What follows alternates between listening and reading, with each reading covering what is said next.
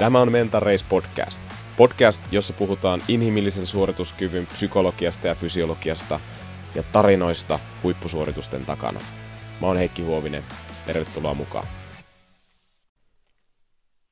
Tämän viikon Mental Race Podcastin jaksossa mä pääsin keskustelemaan todella mielenkiintoisen, inspiroivan vieraan kanssa, nimittäin moottoriurheilija ja multitalentti Emma Kimiläinen tulee tänne puhumaan hänen kokemuksistaan moottoriurheilusta, mutta myös erittäin monista muistakin viitekehyksistä, nimittäin Emmalla piisaa todella montaa erilaista alaa ja lajia, mitä hän on tehnyt kovalla tasolla, radiojuontamisesta, televisioon, keynote-puheiden pitämiseen ja viime aikoina myös, tai viime vuonna myöskin hänet nähtiin Tanssii tähtien kanssa -kisasta, ja siellä hän suoriutui erinomaisesti ja loisti myöskin. Ja mua kiinnostaa tosi paljon se, että mistä tämä hänen positiivisuus, energisyys ja psyykkinen vahvuus oikein kumpuaa.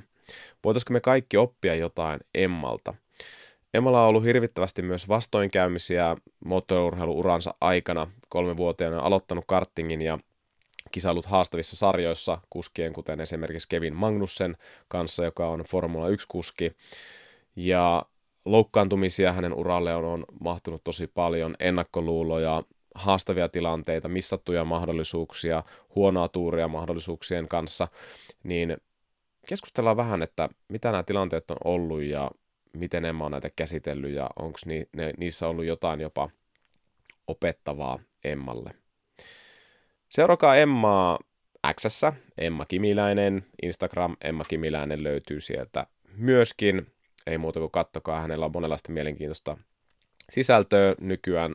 Uusi haaste, hän ei todellakaan pelkää haasteita, päinvastoin hänellä on formulan veneiden parissa, eli tsekkailkaa sieltä, mitä siihen maailmaan kuuluu. Ja tosi hauskoja uutisia, nimittäin Foodin on tullut tähän mun kumppaniksi Mental Race podcastiin, ja Foodin on siis terveellisiä ruokia, välipaloja tarjoava yritys täältä Jyväskylästä, niin kuin meikäläinenkin, ja tekee työtä isolla sydämellä, hyvillä arvoilla, haluaa tehdä viljelijöitä kunnioittavaa ja itse syöjää kunnioittavaa työtä, eli todella laadukkaista raaka-aineista, hyvin tuotetuilta viljelijöiltä ja tiloilta, ja Jyväskylässä lopulta sitten paketoitua tehtyä tuotetta tarjolla ihmisille. Mun suosikki heidän tuotteistaan on Double Chocolate Cashew proteiinipatukka, jossa on riittävästi erittäin hyvälaatuista proteiinia, 19 grammaa, ei lisättyä sokeria, tosi hyvälle maistuva tuote, ja löytyypä heiltä monia muitakin tämmöisiä todella herkullisia, mutta terveellisiä herkkuja. Et jos tänä vuonna olet halunnut siirtyä pikkusen terveellisempään ruokavalioon, Foodin on olla sulle tosi hyvä kumppani. Sun ei tarvitse edes luopua herkuttelusta, koska sieltä löytyy vaikkapa tämmöinen lakritsi herkuttelupatukka, jossa on taatelia mukana, niin saadaan ravintoaineita eikä pelkästään höttösokeria. Käykää tsekkailemassa Foodini, ja ei muuta kuin pidemmittä puheitta mennään tämän viikon jaksoon. Emma Kimiläinen, moi! Tosi kiva, kun pääsit tänne Mental Race podcastiin. Moi, tosi mielellään tulin sun kanssa, aina hauska jutella. Yes. Hei, mä yleensä aloitan podcastit sillä, että mä kysyn, että mikä antaa sulle energiaa, mutta mä ajattelin, että aloitetaan pikkusen eri tavalla, koska meidän perheen 6-vuotias filosofi antoi hyvän kysymyksen eilen, ja hän on siis sun fani, Tanssii tähtien kanssa -kisasta, ja hän kysyi tälleen, että kun mä kysyin, että mitä sä haluaisit kysyä Emmalta, ja hän sanoi, että miksi siellä TTK:ssa oli niin hauskaa? Musta oli ihan hyvä kysymys. Ihana, tosi hyvä kysymys. Se oli hauskaa sen takia, kun pääsi haastaa itteensä. Et mä tykkään aina, että mulla on hauskinta silloin, kun laittaa itteensä epämukavuusalueelle ja sitten jotenkin setvii siellä ja onnistuu. Niin sehän on niinku paras fiilis ikinä. Ja just heittäytyminen ja uuden oppiminen ja mukavat ihmiset ja musiikki. Ja oli tosi makea, että pystyi niin kuin tavallaan alkaa tulkitsemaan musiikkia niin kuin kehollisesti ja kehon kautta, että Mä oon aikaisemmin nähnyt musiikkia niin kuin väreinä, ja mulla on semmoinen synestesia, mulla sekoittuu aistit niin se on niin kuin, tavallaan musiikki on näyttäytynyt väreinä tai ehkä jonain makuina tai muotoina mulle, mutta sitten nyt tuli tavallaan, siihen tuli se semmoinen kehonliike mukaan, niin se oli jotenkin tosi kokonaisvaltainen uusi makea kokemus. Joo, siis jotenkin ihan ilmiselvästi mun tyttökin on nähnyt ja minäkin näin sen, että sulla oli tosi hauskaa siellä kyllä, että sä hymyilit koko ajan ja jotenkin tosi energinen siinä, että tää oli vähän yllätyskin mulle, että miten se oli niin sun elementti se tanssi lopulta. Se oli ihan täysin yllätys mulle itsellekin. Että olihan mä niinku aluksi, kun mä menin sinne, niin ne 4 viikkoa, mitä me treenattiin ennen kuin tuli ensimmäinen live, niin siinä mulla tapahtui niinku se suurin kehitys. Siis se, mistä lähdettiin liikenteeseen, niin mehän oli ihan siis, no totta kai jos miettii, että minkä tyyppinen niinku urheilutaustakin on, että on niinku tavallaan jännittänyt hirveästi ja staattista voimaa ja tavallaan niinku, totta kai on treenannut paljon kaikkea muuta, koska meillä tosiaan tuossa autourheilussahan jää oikeastaan niin kuin kaikkien muiden lajien varaan se fysiikkatreeni, niin totta kai monipuolisesti niin kuin tehnyt asioita, mutta kyllä se tietyllä tavalla se oli, kaikessa on mukana ollut sellainen puristus ja semmoinen niin kuin voima ja muu, ja nyt tässä oli yhtäkkiä, että pitikin vapauttaa se keho ihan eri tavalla, ja voikin antautua sille rytmille, ja kuulla sitä musiikkia, ja sitten siinä oli se toinen elementti, että siinä oli toinen, joka niinku vei mua, joka käskytti tavallaan, että se oli mulle ehkä vaikeinta. Että siinä oli niinku, mä en saanut olla siellä iskulla just silloin, kun mä itse kuulen sen, että nyt mun pitää olla, vaan hänen piti saada viedä mut sinne ehkä ihan vähän myöhässä, jotta me päästään sinne niinku nopeammin, niin se oli mulle kaikesta vaikeinta, että mun pitää niinku luottaa täysin siihen toiseen. Varmaan vähän sama kuin jossain olisi niin kuin kuski ja kartturi, että sitten siihen kartturiin pitää pystyä niin kuin luottaa täysillä, niin se oli mulle semmoinen hyvä ja mielenkiintoinen haaste myöskin tavallaan tuolla niin kuin yhteistyön saralla.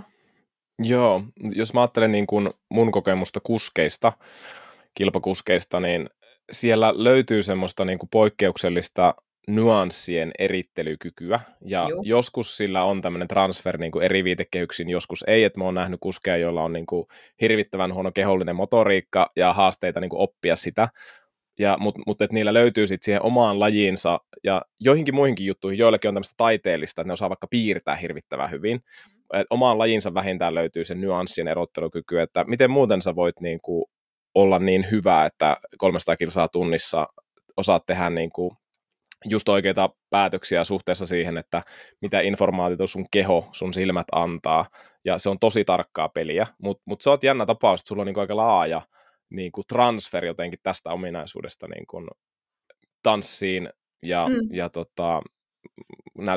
näyttäisi olevan myös, että puhumiseen, että mä sanoin tuossa ennen lähetystä just, että sä oot niin kuin mielettömän hyvä puhuja myöskin, ja kun mä kuuntelin sua radiossa aikanaan, niin että vau, että tässä on tosi hieno ääni, ja todella hienosti niin kuin artikuloi, löytyy siitäkin ne nyanssit niin kuin hienosti. No kyllä joo, siis tuossa tanssissa oli hauska se, että se oli jotenkin tosi kokonaisvaltaista.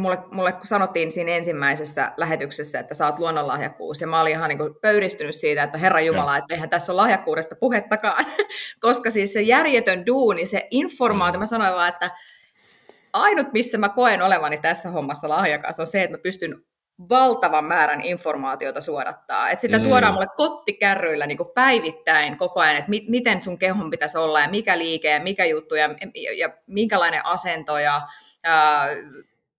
päkiän sisäsyrjä koskettaa tuossa kohtaa ja nyt sun pitää onnistua saamaan tämmöinen ja nyt sä oot niin kuin jousena sun kehon päällä ja nyt sun polven päällä ja niin kuin kaikki tämmöiset. Ja sitten mä pystyn vaan niin kuin käsittelemään sen mun aivoissa ja sitten tavallaan tuomaan sen impulssina lihakseen niin kuin just tasan tarkkaa. Tai joku vakiotanssiasento, että kun se on niin kuin todella epäluonnollinen, miten siinä ollaan.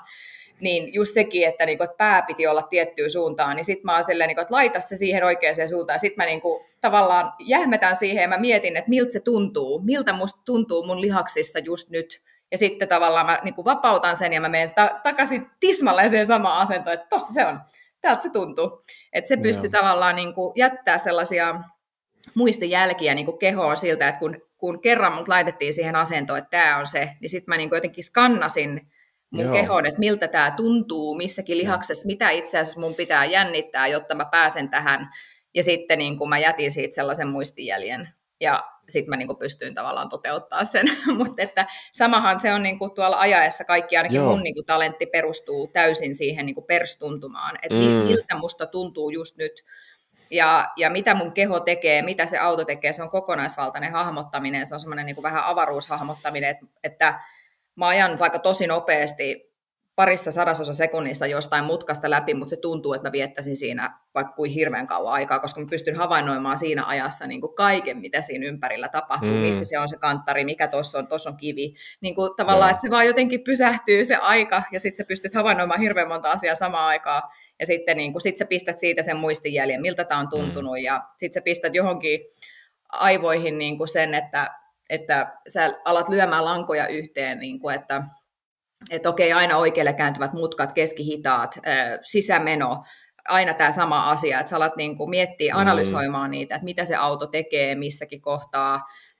ja onko siinä jonkunnäköinen niinku patterni, että löytyykö siitä niinku jonkunnäköinen tavallaan johdonmukaisuus siihen, että se tekee aina sitä samaa, ja sitten sä niinku käyt sen kaiken sun pääsisällä ja hirveä määrä informaatiota, ja sitten se niinku vielä niin kuin pitää osata kertoa se myöskin sille insinöörille ja niille mekaanikoille ulos niin kuin hyvin jäsenneltysti ja perustella se ja miettiä, että mitä sitten. Sitten te yhdessä alatte miettimään, että niin kuin, mitä sille voi tehdä, jotta me päästään vielä kovempaa. Mutta siitä tulee ehkä se, että sä osaat niin kuin puhua myöskin, koska sun on pakko ollut osata kertoa, artikuloida ja hakea niitä oikeanlaisia adjektiiveja, miltä joku asia tuntuu ja miten sen pitäisi olla. Niin sit se oli hauska, niin kuin kaikki tämä sama meni ihan niin kuin yksi yhteen sinne tanssiin, että ne koreografiat oli ratoja, mitä mä opettelin, ne nyanssit oli ajolinjoja, mitä mun piti niin kuin hakea siinä. Ja sitten se yhteistyö tavallaan sen tanssiparin kanssa oli kuin se yhteistyö insinöörin kanssa. Et kaikki oli vaan niinku skannattavissa suoraan. Niin se oli niinku sen takia ehkä nopeampi oppimisprosessi. Joo, niinpä, että sulla on olemassa tämmöinen niinku oppimisen malli. Ja vieläpä niin, että varsinkin miten sinä just opit. Ja sulla on niinku joko kehittynyt ominaisuus tai että totta kai sulla on jotain lahjakkuutta myöskin tähän tämmöiseen niinku, no, siihen nyanssien erotteluun, miltä sun kehossa tuntuu, niin kuin sanoit, että miltä sun niskalihaksessa tuntuu, kun sä löydät sen asennon, ja miltä tietyssä mutkassa niin kuin sun kehossa tuntuu, ja se on niin kuin se feedback, se fiilis, ja niin kuin monet kuskit puhuu niin kuin sanalla image, ja se image on tosi laaja, just what image I have niin kuin siihen niin kuin mutkaan, johonkin pisteeseen, ja se on tosi laaja käsit, miltä tuntuu missäkin, ja tämä on niin kuin huikeaa seurata, että parhaat kuskit pystyy vetämään niin kuin mielikuvituskierroksen alle puoli sekuntia siitä virhemarginaalista, mikä on aika hyvin, jos ajattelet, että se on niin kuin 90 sekkaa suurin piirtein se kierros. Ja vieläpä niin, että pystyy vaihtamaan pehmeät renkaat päässä ja se nopeutuu vaihdetaan pehmeät renkaat ja sitten saa niin kuin nopeamman ja tarkemman niin kuin kierrosajan, mitä se on pehmeillä renkailla. Että se on tosi vahva se ymmärrys siitä, että miltä tuntuu ja hahmotus siitä ajasta myös, että mitä siihen menee, ja se on mielenkiintoista seurata vierestä, kun huippukuski tekee niin kuin mielikuvituskierrosta, ja se todella, niin kuin kaikki liikkeet on niin kuin, se keho liikkuu just niin kuin se liikkuu sitten, kun se mennään se kierros. Just näin, ja mä oon tehnyt myös pienestä pitäen, ja mun mielestä se on tosi niin kuin, tosi tärkeää, koska pääsee ajamaan niin vähän. Sitä harjoittelua on yllättävän vähän, niin se, minkä duunin sä teet jo siellä sun niin kuin pääsisällä, niin kuin mä tein sitä tosi paljon myöskin tuossa tanssiessa. Että mähän niin kuin kelasin jatkuvasti niitä koreografioita, ja mulla on silleen, että mun aivot toimii vähän kuin monikamerajärjestelmä, eli mä pystyn niin kuin näkemään itse, mä pystyn niin kuin menemään lintuperspektiiviin ja katsoa niin kuin itseäni ja sitä, mitä siellä tapahtuu, ja sitten mä pystynkin yhtäkkiä katsoa sitä jostain muusta kulmasta, ja niin kuin se, kun mä vaan suljen silmät, niin se kaikki tapahtuu näin, että mä näen niin kuin hirveän laajasti jotenkin nyansseja, vähän kuin monikamerajärjestelmä. Ja muutenkin, jos mä luen jotain, niin siitä tulee automaattisesti niin kuin liikkuvaa kuvaa sellaisella niin kuin jonkunnäköisellä monikamerajärjestelmällä. Outo selittää, miten siinä tapahtuu, mutta se kaikki meni jotenkin tosi hyvin yksin. Mutta mulla on semmoinen, että mä oon myöskin tosi täydellisyyden hioja ja sellainen nyanssien hioja. Niin kun mä lähden tekemään mielikuvaharjoittelua esimerkiksi siitä kierroksesta, niin mulla menee muutama kerta siihen, että mä en niinku mä jään hiomaan jotain tiettyä kohtaa, sillä että mä jään jumiin siihen johonkin tiettyyn niin kuin, mutkaimaan, että ei uudestaan, tietysti silleen, että niin kuin, ennen kuin mä sitten oon jotenkin tosi tyytyväinen siihen, ja sitten mä pystyn vetämään sen yhden kierroksen niin kuin ihan täysin, mutta jotenkin se, että siinä niin kuin mä huomaan, että se lähtee niin kuin kelaa se video niin kuin aina tavallaan jotakin kohtaa, koska mä haluan ne kaikki nyanssit saada, ja mä haluan nähdä sen monesta eri kulmasta, ja nyt se kamera kuvaa tuolta edestä, ja miltä se siitä näyttää, ja miten se menee. Aivot ei välillä jätä aina niin kuin rauhaa, että siellä tapahtuu aika paljon. Mutta se on just se, mikä siinä ajamisessakin kiinnostaa, että se on niin monipuolista, ja se on sama, mikä tuossa tanssissa hirveästi kiehto, oli se, että se on niin kuin kehollista, mutta se on myöskin sä ajattelet paljon, sä esiinnyt, siinä on niin kuin monta erilaista juttua, mikä niin kuin tavallaan pitää sen mielenkiinnon yllä, että mä niin kuin tarvitsen sitä aivoille koko ajan jotain ruokaa ja koko ajan jotain niin kuin ajateltavaa ja tekemistä ja muuta, koska muuten mä niin kuin tylsistyn ja sitten ei ole hyvä.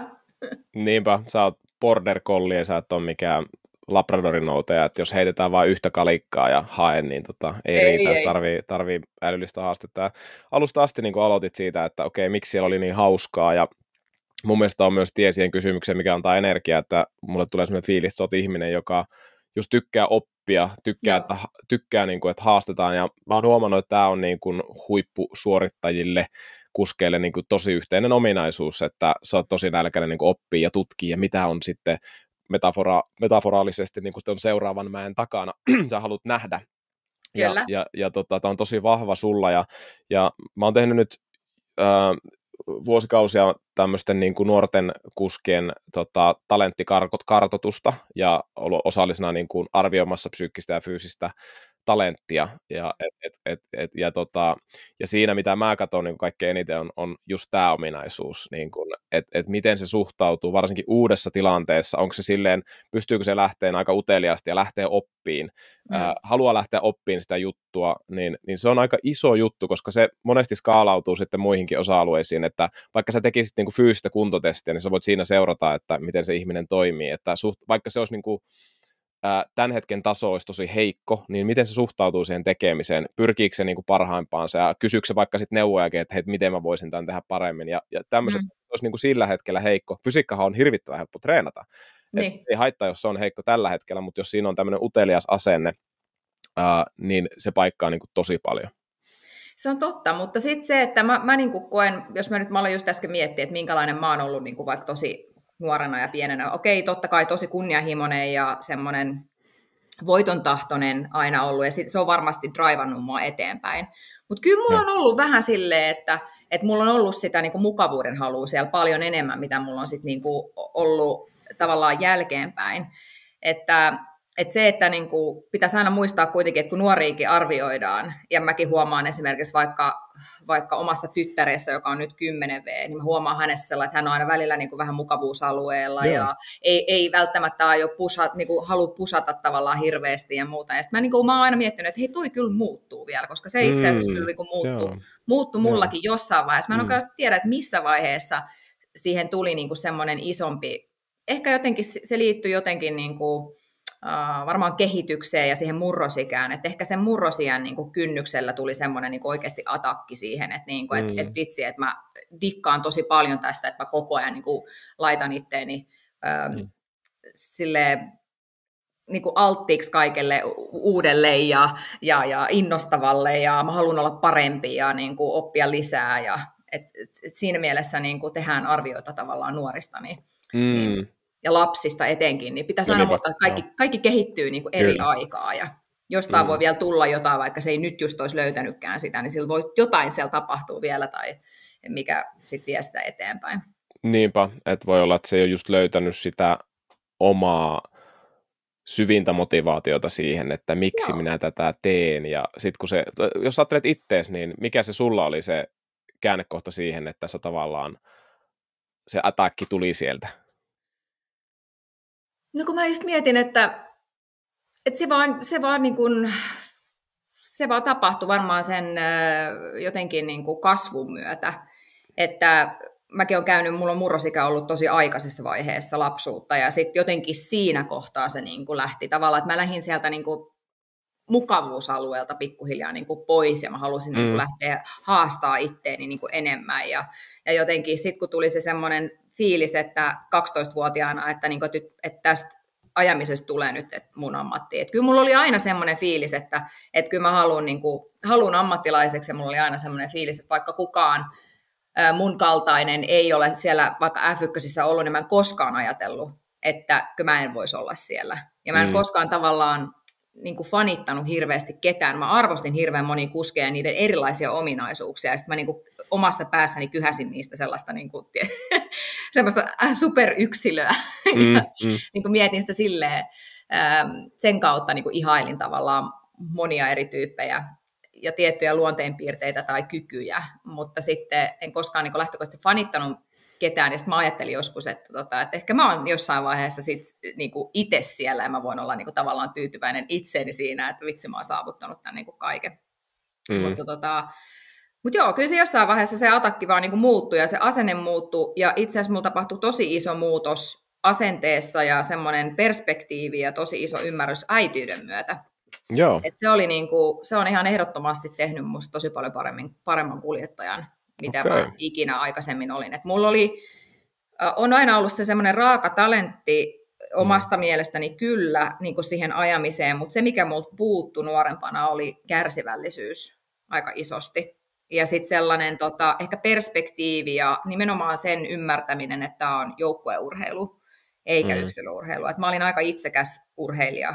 Ja sellainen niin kuin, tosi, että se kunnianhimo ja voiton tahto meni niin kuin itsekkyyden levelillä niin kuin mun mielestä nyt jälkeenpäin katsottuna niin kuin yli.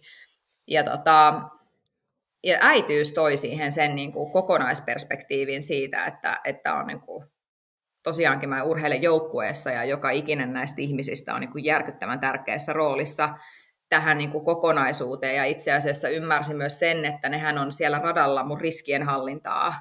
Niin kuin nämä ihmiset, että ne on se mun turvallisuuskortti ja heidän hyvinvointi ja heidän niin kuin, heistä huolehtiminen ja niin kuin, jotenkin, että mä koin, että vaikka mä oon tiimissä vaan kuski ja mä en ole periaatteessa paperilla se, joka sitä hommaa millään tavalla johtaa, mutta mä oon se kuitenkin, joka johtaa motivaatiota ja johtaa sitä niin kuin tulosta, että se oli semmoinen asia, mikä niin kuin jotenkin loksahti sitten tavallaan kovien kouluvuosien jälkeen, kun palasi äitinä radoille.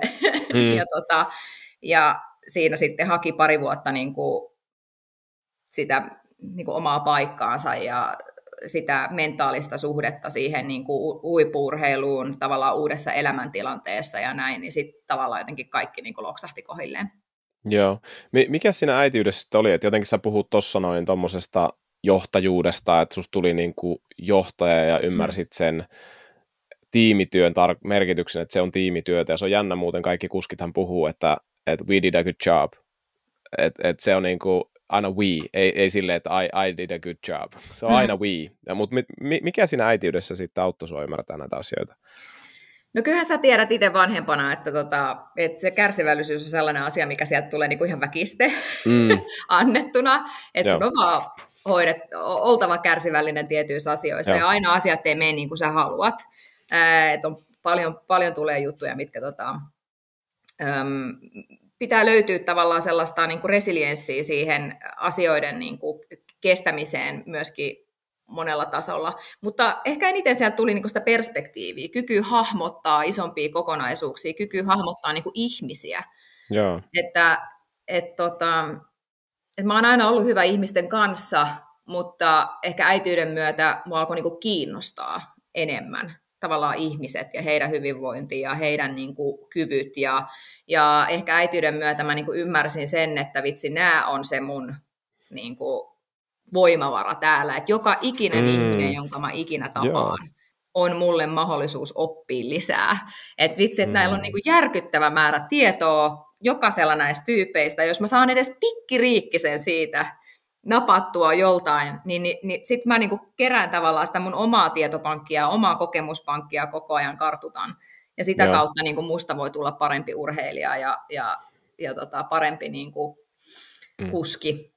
Et siinä oli ehkä se semmoinen suurin oivallus siitä. Ja plus sitten se totta kai, että joutuu alkaa ajattelemaan, niin kuin, en mä ollut koskaan ajatellut niin kuin turvallisuuspuolta millään tavalla. Sitä, että se olisi niin kuin mitenkään vaarallista toi ajaminen. Enkä mä niin oikeastaan mieti sitä nyttenkään, mutta mä oon ymmärtänyt sen, että mulla pitää olla tiettyjä niin kuin, protokollia niin sanotusti paikallaan siihen, että mä hallitsen niitä riskejä niin pitkälle kuin mä pystyn. Koska mulla on kuitenkin vastuita vanhempana. Kyllä. Niin sitten ne ihmiset on niin kuin mun tärkein riskien hallintavoimavara siellä radalla. Ja sitten puolestaan radan ulkopuolella mä oon ehkä niin kuin lähtenyt miettimään sitä riskien hallintaa niin kuin, ja tavallaan turvaa erinäköisistä vakuutuksista ja sijoituksista ja säästöistä ja lainaturvasta ja kaikesta tavallaan sellaisesta, että jos mulle nyt sattuisi käymään jotain, niin ainakaan mun perhe ei jää pulaan ja mä niin kuin sillä tavallaan saan sellaisen jonkunnäköisen niin kuin vapaudun vankilasta kortin sillä saralla niin kuin henkisesti itse. Että mä pystyn sitten menemään niin kuin hyvällä fiiliksellä ja niin kuin suorittaa sitä itse tekemistä sinne radalle ja annas niin kuin laittaa siellä kaiken peliin. Joo, okei. Aika hieno tämmöinen niin kuin mentaaliresilienssi, psyykkinen vahvuus, koulu, äitiys ja kärsivällisyys ja tavallaan se ihmisten vielä syvempi ymmärtäminen jotenkin. Ja susta huokuu semmoinen kyllä semmoinen niin kuin ihmisäly, sosiaalinen älykkyys, että osaat kyllä olla. Ja siellä niin kuin Tanssitähtien kanssakin vaikka, niin jotenkin me katsottiin myös sitä tanssikuplaa. Me ollaan meidän perhe on oikein kunnon Tanssitähtien kanssa faniryhmä ja siellä selvästi toit semmoista energiaa siihen koko ryhmään koko ajan. Ja mä ajattelen, että just alussa aloitettiin, että se oli niinku hauskaa. Mä ajattelen, että kaikille ihmisille löytyy se niinku oma semmoinen viitekehys, missä he on niinku itse asiassa kaikkein energisimmillään. Ja se oli hauskaa, että sulle oli toi just, okei, se rata-ajaminen myös siinä, mutta ehkä niinku yleisimmin kuulijoille myös, että mä uskon niinku jotenkin siihen, että jos sä oot kala, niin sä et menesty vuorella, että sun pitää mennä sinne lampeen niin kuin uimaan, ja siellä sä pystyt niin kuin kukoistamaan, ja sä puhuit tuossa niin kuin mukavuudesta, ja jotenkin mä ajattelen, että mulle tulee sellainen fiilis susta ihmisenä, että sä oot herkkä, tai sulla on herkkyys niin kuin aistia just asioita, ja siihen voi liittyä myös niin kuin, sitä, että sä tunnet sen auton ja tunnet sen kehon asennon tosi tarkasti, ja siihen voi liittyä emotionaalistakin herkkyyttä. Liittyykö sulla siihen myös emotionaalista herkkyyttä? Joo, siis mä pistän asioita merkille hirveän helposti. Mutta ei, niin kuin esimerkiksi tyttärellä on ikävä tilanne se, että mut ei jää mitään huomaamatta. Just, no niin. Mikään ei äitiltä jää huomaamatta. Et siis ne on pieniä ääniä, mä tiedän tasan tarkkaan, mitä se tekee milloinkin. Tavallaan, että ne on siis sellaisia niin kuin pikkujuttuja havainnut ja sieltä täältä, että en mä ole koko ajan tavallaan sellaisessa niin kuin, herätystilassa ja koko ajan ole niin kuin alert, mutta yksinkertaisesti vaan huomaan tosi pieniä nyansseja erinäköisistä paikoista, mitä ikinä mun ympärillä tapahtuu, miten ihmiset on, minkälainen tunnetila niillä on. Tavallaan mä pystyn niin kuin vetämään langat yhteen todella monesta asiasta ja mulla ei niin kuin, tiedän tavallaan hirveän hyvin, mitä ihmisillä on meneillään ilman, että kertoo mulle yhtään mitään. Että sä pystyt vaan niin kuin havainnoinnilla ja semmoisilla pienillä asioilla lyömään lankoja yhteen ja saamaan sen ratkaisun aikaiseksi, että Joo, sä kuulostat ihan mun vaimolta ja se on just niin kuin, hän näkee mussa niin kuin asioita hyvin pian aikaisemmin kuin mitä mä huomaan niitä ja mun vaimo itse asiassa voitti mut simulaattorissa ja vähemmällä harjoittelulla, että mä olin vähän enemmän harjoitellut kuin hän ja hän voitti mut siinä hommassa, mutta tämä pointti siinä, että se mukavuus, ja jos on tämmöistä niin kuin herkkyyttä, niin saattaa olla, että kuormittuu myös niin kuin helpommin, että koska sä imeet informaatiota niin paljon, ja meillä on erilaiset hermostot, ja sulla on selvästi semmoinen, että sä imeet, niin kuin sä sanoitkin, että sä vaan imeet sitä kottikärryllä kaupalla sitä informaatiota, ja mä ajattelin, että se toinen puoli on se mukavuus. Jos ajatellaan vaikka sun tyttöäkin siinä, että hän voi olla samantyyppinen, että hän imee hirveästi, niin voi vitsit, että lähdepä siinä tilanteessa, varsinkin kasvavan lapsena, niin kuin haastaa itseäsi vielä lisää, koska ihan arkipäiväiset tilanteet, se on niin paljon koko ajan informaatiota, niin sit tarvii sitä mukavuutta vastapainoksi, mutta sitten kun oppii pikkuhiljaa käsittelemään sitä kaikkea informaatiota, niin sit voikin päästä sen päälle ja haluukin sitten vielä lisää sitä haastetta, mutta varsinkin jos ajatellaan niin kuin aivojen kehittymistä, että etuotsalohko kypsyy vielä 25-vuotiaaksi asti, ja jos olet vielä niin kuin, 6-vuotias, 7-vuotias, niin tosi huonosti on niin kuin sitä semmoista kontrollia siihen omaan tekemiseen, ja se on enemmän semmoista aistinvarasta se niin kuin tekeminen, ja sitä kautta, jos on tämmöistä herkkyyttä ja paljon ottaa informaatiota, niin voi olla semmoinen luontainen halu sitten siihen mukavuuteen, jos saat kiinni. Joo, saan kiinni. Joo. Ehkä mulla mukavuus, mulla on mä imen myöskin siis energioita tosi vahvasti. Joo.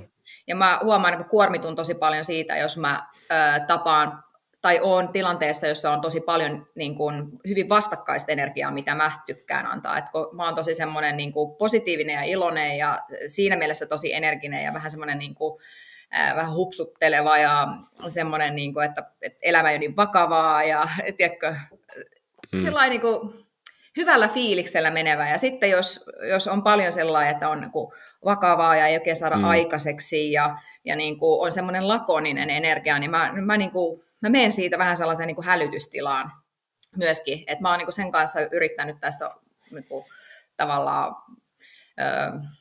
myöskin niin kuin löytää sellaista niin kuin hyvää tavallaan sitä suhdetta. Ja sitten mä huomaan sen, että mitä enemmän mä oon kuormittunut, että sitten kun tulee paljon kaikkea, niin sitten mä tarvitsen niin sitä aikaa myös yksin. Että mulla on ehkä tapa, niin kuin, että jotkuthan haluaa siinä kohtaa, niin kuin, että olla jonkun kanssa ja haluaa vaikka kosketusta ja läheisyyttä ja muuta. Ja mulla on taas enemmän semmoinen, että anna mun nyt olla helvetti.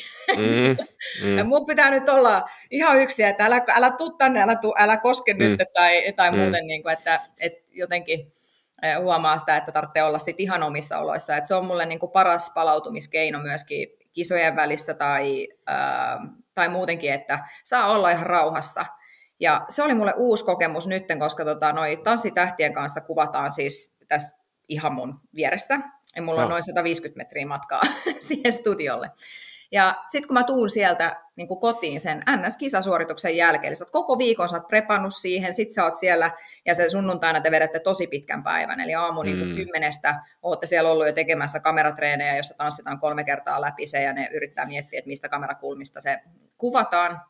Ja sen jälkeen siinä on niin kuin maskia ja tukkaa laitetaan ja on lounasta, ja sitten alkaa kenraaliharjoitus, jolloin se koko homma vedetään niin kuin läpi, ja se on oikeastaan se tilanne, kun myöskin ne tuomarit arvostelee ne okay. Kenraali tai niin kuin lähtökohtaisesti tekee sen niin kuin arvion siitä, että mihinkä järjestykseen porukka laitetaan. Ja sitten sen jälkeen vedetään vielä se live-illalla. Ja sitten kun se live on siellä illalla aika niin kuin myöhään, niin siinä on totta kai päivän aikana kerännyt jo tapahtuu monta kertaa, ja sä oot jo niin kuin laittanut itsesi ihan täysillä kehiin jo monta kertaa. Ja sitten sä oot ehkä kofeiinilla ja tämän tyyppisillä asioilla niin kuin yrittänyt piristää myöskin, että sä jaksat sitten tehdä silloin illalla asioita. Ja sitten on ehkä tapahtunut siinä livessä, mitä on tapahtunut, tai joku sun on pieni virhe tai muuta, mitkä mä aina niin kuin jäin miettimään niitä aina kelaa. Niin kuin myöskin tavallaan, että pitää päästää ne kaikki tunteet sisään ja pitää päästää niin kuin se, että mä haluan nyt käsitellä tämän asian, koska sitten se voi niin kuin jättää myöskin pois nopeammin.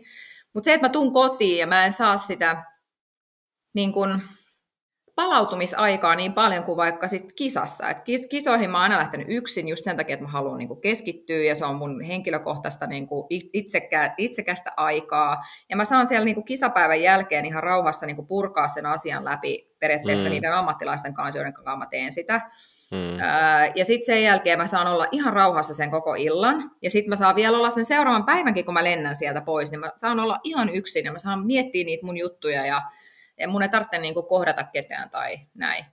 Mutta sitten kun mä tuunkin yhtäkkiä tuosta sen 150 metriä suorilta himaan, niin sitten oli niinku tavallaan siinä vähän semmoista, niinku, että ei meinattu kotona tavallaan myöskään ymmärtää sitä, että itse asiassa mä tarvitsen niinku sitä aikaa. Mä en halua nyt puhua tästä asiasta ja niinku, että mä oon niinku täällä vaan mun oman pääni sisällä nyt vaan ja mä keskustelen vaan mun oman pääni sisällä asioista ja muuta, mutta että nyt tarvitsee niinku ottaa happea. Koska sitten taas seuraavana päivänä heti 10 aamulla treenit ja taas niinku, uusi puhdas pöytä ja niinku, näin. Et siinä oli tavallaan jotenkin, oli hauska huomata se, että tämä on ihan uusi tilanne itsellekin niinku, urheilijana siinä, että sä tuut suorituksen jälkeen ja saat saman tein, sun pitäisi olla saatavilla muille. Ja saman tein sä oot niinku, vastuussa myös muiden tunteista, siitä minkälaisen energian sä annat ja minkälaisen niinku, inputin sä annat siihen niin kuin tavallaan perhearkeen tai johonkin muuhun, niin Mutta se oli hauska huomata, että tytär oli vaan silleen, no äiti, haluatko sä puhua jostain? Sitten mä olasin, että en mä kyllä nyt halua, että me voidaan puhua huomenna. Sitten se vaan, no yleensä jos mua harmittaa joku, niin mulla auttaa se, kun mä puhun siitä, mutta jos et sä halua nyt puhua, niin mä menen nyt nukkuu, heippa. No niin. Mä olen se, että kiitos. Tällainen niin just toi tommonen energia, toi on se, mihin mä niin haluan tarttua tavallaan kiinni. Joo. Että se on niin ihanaa tavallaan, että kaikki pyörii tässä ilman minuakin. Se on niin super. Joo, puhelin soi, laitetaanpas tämä pois kokonaan. Onpas hyvä mentaalikoutsi sun tyttö, että niin kuin kysyy, mutta osaa antaa tilaa myös, että ei jää intään. No mikä sulla on, puhu nyt, mutta että osaa ottaa huomioon ja osaa antaa tilaa, niin aika hieno. Joo, hän on kyllä ihan super, ja just tavallaan toi on niin kuin, mitä mä tartten, ja mä voisin kuvitella, että aika moni muukin tarttisi, jos tulee kotiin, niin kuin urheilija tulee kotiin jostain suorittamisesta, niin ei välttämättä ole valmis heti niin kuin alkaa purkaa niitä asioita ja käymään niitä läpi. Ja se on se tilan antaminen, on se kaikkein tärkein ja kaikkein helpointa mulle ainakin henkilökohtaisesti on tulla tavallaan siihen ihan normielämään mukaan. Tavallaan, että siellä tapahtuu niitä normia-asioita ja niillä on heidän oma energia ja kaikki niin kuin menee niin kuin aina ennenkin. Ja mä voin sitten vaan niin kuin asettaa itseni siihen ja se on niin kuin se paras palautuminen. Että jotenkin niin kuin se, että yhtäkkiä se kaikki pyörisi sun ympärillä ja kaikki on kyselemässä siinä koko ajan niin kuin sulta asioita ja muuta, niin se on tosi niin kuin ahistavaa jotenkin, että aina helpompaa jotenkin ja tykkään palautua sillä tavalla, että mä hyppään jonkun muun maailmaan mukaan. Ja sitten sen takia mä tykkään myöskin niin kuin niissä tilanteissa, kun mä oon tosi kuorvittunut, niin ihan vaan katsoa jotain siis sarjaa tai niin kuin näin, koska siinä sä pääset jonkun ihan muun maailman mukaan, ja siellä on jonkun muun ongelmat, ja siellä on joku muu tarina, mihin sä pääset sukeltaa, ja tavallaan voit niinku hetkeksi aikaa ihan vaan relata siitä sun omasta.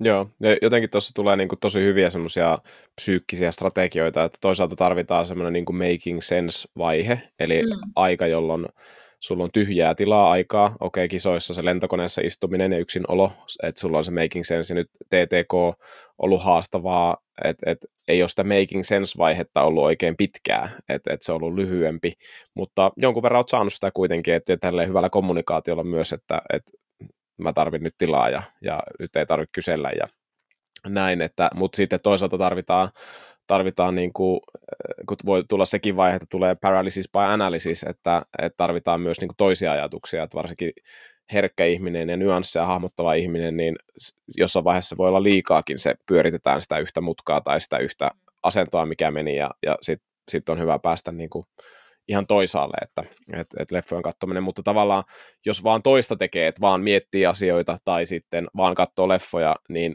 kumpikaan ei yksin toimi, mutta tarvitaan vähän molempia, tai mitä sä ajattelet? No kyllä, ehdottomasti tarvitaan molempia, ja sitten mä huomasin niin sillä, että mulla tapahtuu yöllä tosi paljon, mun aivot ei jätä mua niin rauhaan siinä vaiheessa, kun tulee paljon kognitiivista informaatiota, ja oppii paljon uutta, niin mä yön aikana oikeastaan opin kaiken, eli joskus lapsenakin se oli hauska, kun opiskeli kieliä, niin siis öisin mä puhuin niin kuin ihan fluently. Ja oli se sitten saksaa tai mitä tahansa, niin mä kävin kaikki keskustelut saksaksi, tiedätkö, niin kuin kaikki, mitä mä olin ikinä oppinut siinä, kun mä olin lukenut tai jotain ollut siellä niin kuin, tunneilla tai muuta, niin ne kaikki jotenkin vaan niin kuin heräsit henkiin niin kuin aina yöllä. Ja sitten seuraavana aamuna mä menin sinne kokeeseen ja mä osasinkin niin kuin aika hyviä asioita, mutta jotenkin se aina yön aikana se aivot prosessoi. Joo. Ja se tietenkin vaikuttaa siihen, että se tuntuu multa siitä, että mä en oikeastaan niin kuin nukkuisi, vaan mä oon sellaisessa jonkunnäköisessä niin kuin horrostilassa, ja se vähän ehkä häiritsee sitä ihan, ettei pääse siihen syvään uneen tai muuta, eli et ole ehkä niin levännyt, mutta tässä TTK-aikanakin mä hyväksyin sen ihan täysin just sen takia, koska se on vaan niin kuin ihan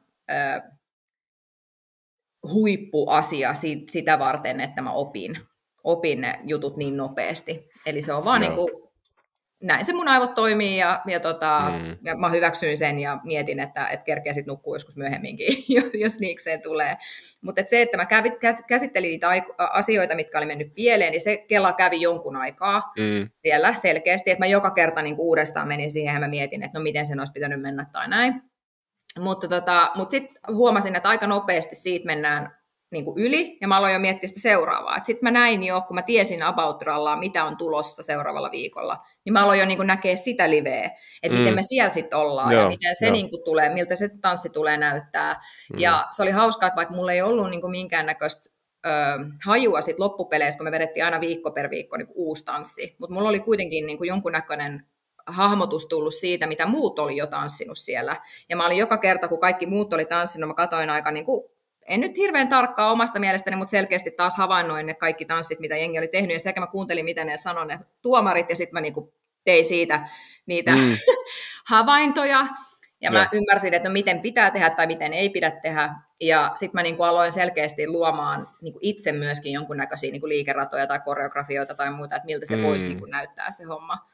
Ja se oli hauska sitten loppuun kohden, kun alkoi tulee itselläkin sitä hahmottamista, ja sitten jos ne ei mennytkään tämän mun tanssiparin Matin kanssa niin kuin ihan yhteen, ne meidän ajatukset, niin siinä oltiinkin sitten, mä olin ihan helisemässä välillä, kun mä olin se, että en mä näe tätä biisiä nyt yhtään näin, kun siis mä näen, että se on niin kuin näin, ja sitten se oli ihan silleen, että en mä tee sulle tollaista, ja mä olin ihan se, mutta kun mä haluaisin, joo, se oli ihan siis tosi mielenkiintoista, että miten nopeasti siihen sit loppupeleissä siitä tilanteesta muutamassa viikossa, mistä sä et ymmärrä niin kuin tanssista, hölkysepöläystä, ja sit sä oot yhtäkkiä siinä tilanteessa, että sä voisit tehdä koreografioita. Se oli niin kuin ihan uskomatonta jotenkin. Mä ajattelin, että no niin, nyt en mä hold on your horses, että nyt niin kuin jätetään nämä hommat ammattilaiselle, ja sinä teet niin kuin sulle sanotaan, että sit mun piti niin kuin ottaa itse sellainen niin kuin askel taaksepäin ja todeta, että hei, on paljon parempiakin nämä muut. Joo. Kyllä urheilu on aika hyvä viitekehys sulle ilmasta ittees, että jotenkin nuo kaikki, että niin sisäsyntyisesti haluat just niin kuin oppia lisää ja seurata oppia muilta ja katsoa niitä, miten ne on tehnyt ja miten niitä on arvosteltu ja vie sitä eteenpäin, että tosi hienoa, että pääset tekemään tollaista, mikä on niin kuin sinua ja niin kuin tuossa aikaisemmin sanoin, että mä ajattelen, että se on yksi elämän tärkeimmistä asioista, että löytää sen oman juttusa, omia juttuja ja ollaan puhuttu tosi paljon mun mielestä niin kuin eri psyykkisen suorituskyvyn osa-alueista.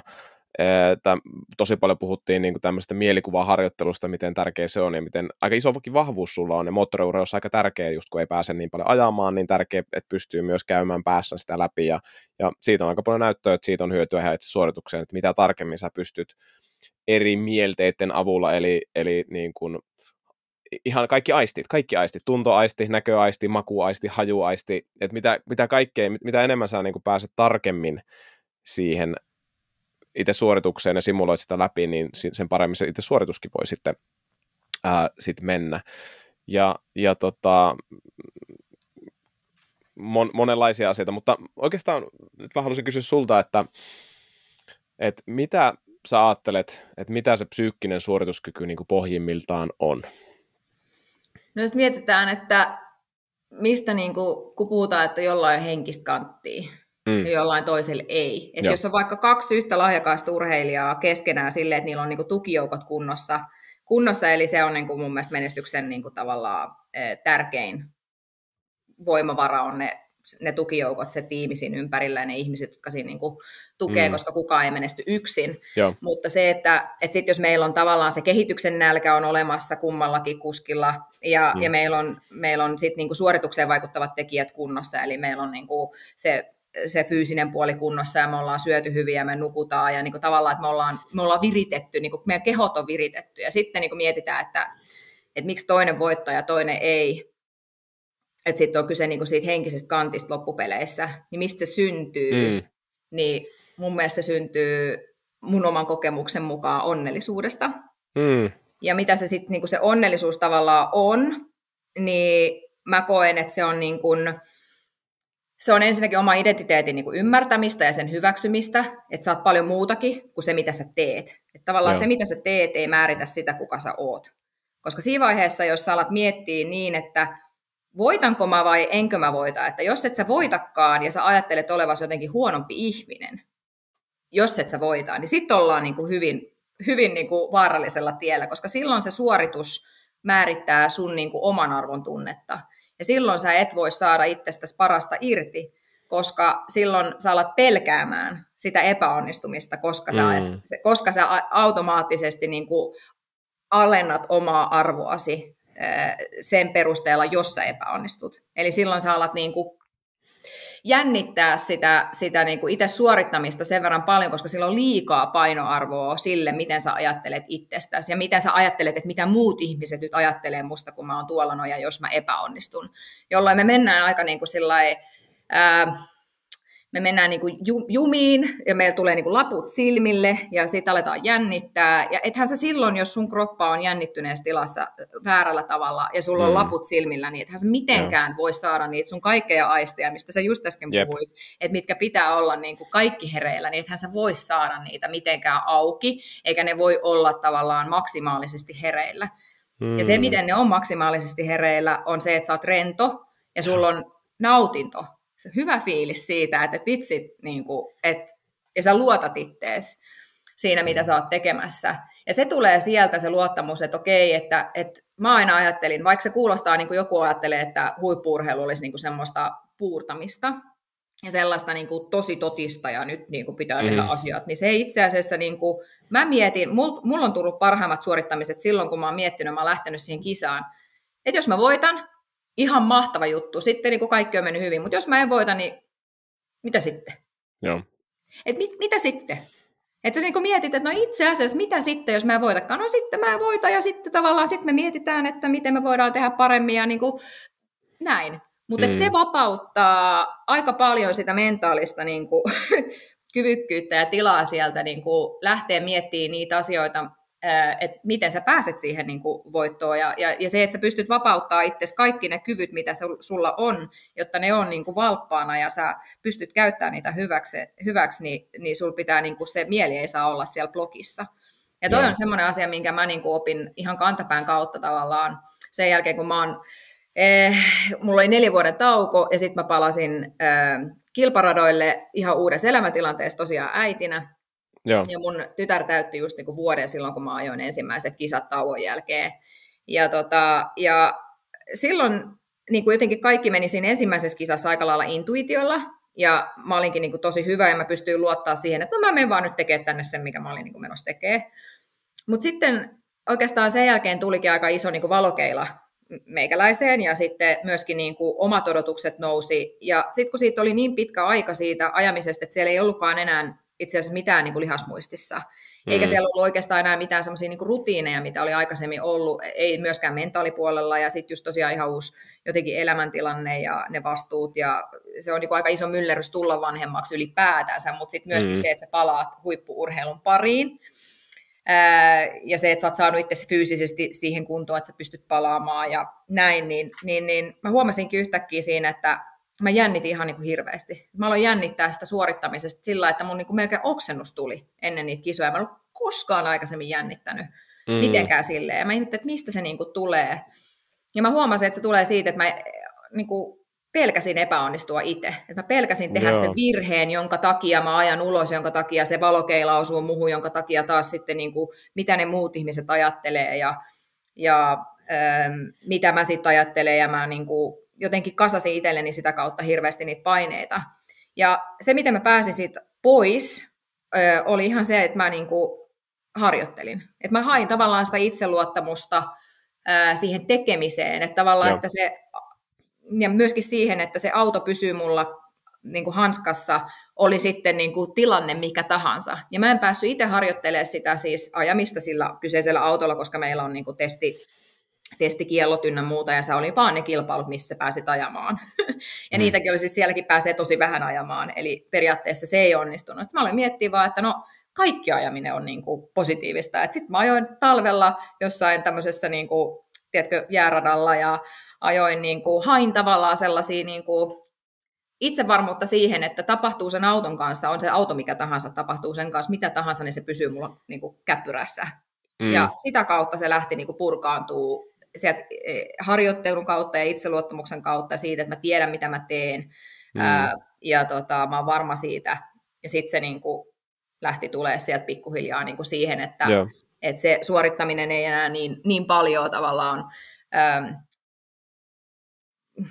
vaikuttanut siihen, tai ei niin kuin jännittänyt enää niin paljon sitten just se epäonnistumisen pelko sitä kautta, mutta myöskin tavallaan se, että mä hyväksyin sen identiteetin ja että mä niin kuin pääsin tavallaan kiinni siihen takaisin, että nyt mulla on niin kuin uusi elämäntilanne, ja tämä ei ole enää mun niin kuin maailman tärkein asia, tämä kilpaurheilu, vaan mulla on nyt tässä niin kuin monta muutakin asiaa mun niin kuin lautasella, ja mun pitää niin kuin pyrkiä jotenkin saamaan ne menee yhteen. Ja se oli semmoinen tosi kokonaisvaltainen niin kuin 3 vuoden koulu, minkä mä kävin tavallaan siinä sen niin kuin, mentaalipuolen kanssa sekä sitten niin kuin, totta kai myöskin se ajamisen kanssa, että tuli tavallaan takaisin niin kuin siihen.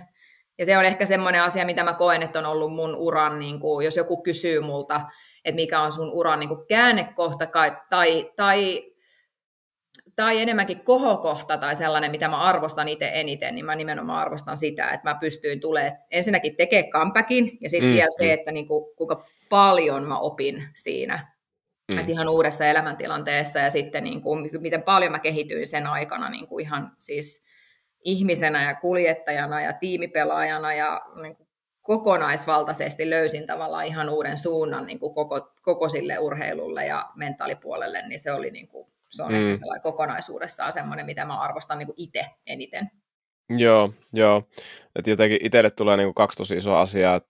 Kustasperin Harrin kanssa puhuttiin pelosta aikaisemmin tässä podcastissa, ja hänelle niin kuin yksi iso asia siinä on niin kompetenssi, että kompetenssi on pelon yksi vihollinen, ja sulla selvästi näkyy myös tämä, että sä keräsit kompetenssia eri kokemuksista, ja sitä kautta pystyy niin kuin pois oppimaan sitä pelkoa, että niin kuin sä sanoit, että sä handlaat sen auton tilanteessa kuin tilanteessa, mutta se ei ole kaikki, koska sitten meillä on niin kuin tämä sosiaalinen puoli, johon se kompetenssi ei välttämättä vaikuta, eli miten toiset arvioi sua, että ihmiset voi tavallaan kuolla 2 eri tavalla, että me voidaan kuolla fyysisesti ja sosiaalisesti, ja siinä on hieman samoja hermoverkkojakin, jos ajatellaan tämmöistä teoriaa kuin kiintymyssuhdeteoria, joka siis muodostuu jo äidin ja lapsen välillä ensiksi,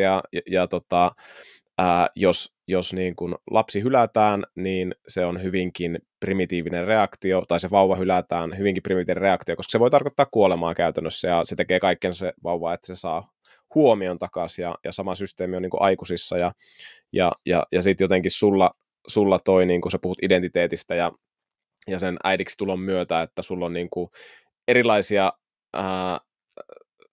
erilaista tapaa niin kuin arvioida itse sosiaalista, tai saada sitä sosiaalista tarvetta täyttymään, kuin vaan se, että mikä se suoritus on. Et sä oot joka tapauksessa äiti, ja siinä on jotain muutakin. Niin, se on muita rooleja. Niin, muita rooleja, kyllä. Nimenomaan muita rooleja elämässä. Et siinä se on niinku se, että niin kuin mä aina yleensä sanon jotenkin se, että se mitä sä teet ei määritä sitä, kuka sä oot. Ja se, että se niinku... me ollaan moniakin asioita ja meillä on monenlaisia rooleja, ja se mikään, mitä me niin kuin tehdään tai näin, ei ole niin kuin ainoita asioita, joita me osataan. Ja ehkä se, että mun motivaatio just kaikkeen tekemiseen ja siihen ajamiseen, kaikki lähtee siitä niin kuin oppimisesta ja siitä kehittymisestä ja siitä, että se on mulle niin kuin järkyttävän tärkeä arvo ja myöskin sellainen niin kuin konkreettinen asia, mitä mä teen. Ja sitten jos miettii tavallaan, että kun mä sanoin, että onnellisuus, että mitä se sitten niinku onnellisuus on, että totta kai se, että sä ensinnäkin hyväksyt sen, että kuka sä oot ja mitä sun identiteetti on ja minkälaisia niinku asioita sulla on siellä elämässä, jotka määrittää niitä sun rooleja. Mutta sitten ehkä myöskin tavallaan sen, että mun mielestä onnellisuuden voi niinku pirstaloida tietynlaisiksi, niinku, ei pelkästään arvoiksi, vaan niinku ehkä sellaiseksi niinku perustaksi, vähän kuin korttipakka, jos miettii, että siellä on niinku tiettyjä peruspilareita sun niinku perustuksissa, ja jos joku niistä kaatuu, koska elämässä nyt tapahtuu kaiken näköisiä asioita, niin sitten sulla on niinku niitä muita, jotka pitää sitä koko rakennusta pystyssä.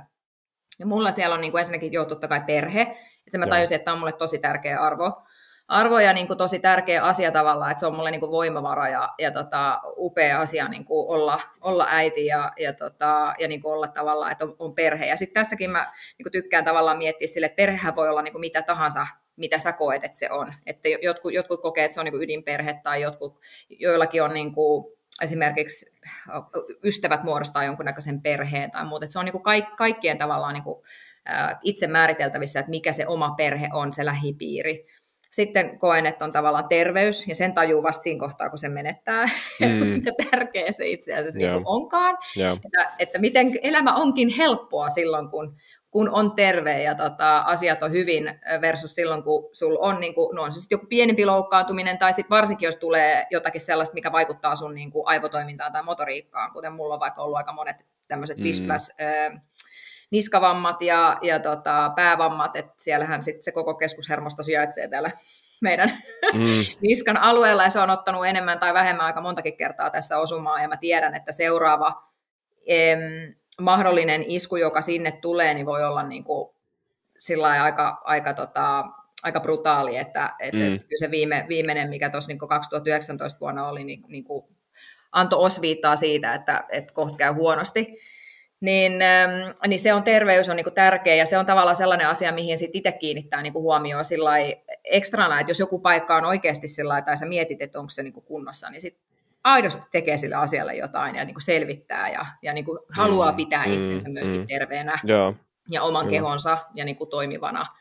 Ja sitten siellä on niin kuin taloudellinen vakaus, jonka mä ehkä niin kuin ajattelisin, että se on sitä riskienhallintaa tosiaan se radan ulkopuolella, että jos mulla on radalla ne on ne ihmiset, se riskienhallinta ja totta kai mun omat kyvyt. Ja se, että mä oon niin kuin täysin hereillä siinä, mitä mä teen, ja mä oon niin kuin valmistautunut hyvin, jotta mulla on niin kuin kyky tavallaan aistia ja tuntea kaikki ja olla niin kuin hereillä ja keskittynyt siinä tilanteessa, missä mä ajan 300 siellä, niin kuin, siellä radalla ja kaikki on niin kuin kyse pienistä marginaaleista. Ja sitten puolestaan ne ihmiset siellä radalla, ne mun tiimi, että ne tekee kaiken siellä niin, että se auto on turvallinen ajaa. Mutta sitten tavallaan se, että on niitä vakuutuksia ja niin kuin sellaista tavallaan taloudellista turvaa siinä ympärillä, että jos nyt jotain sattuskin, niin mä pärjään siltikin ja mun niin kuin perhe pärjää.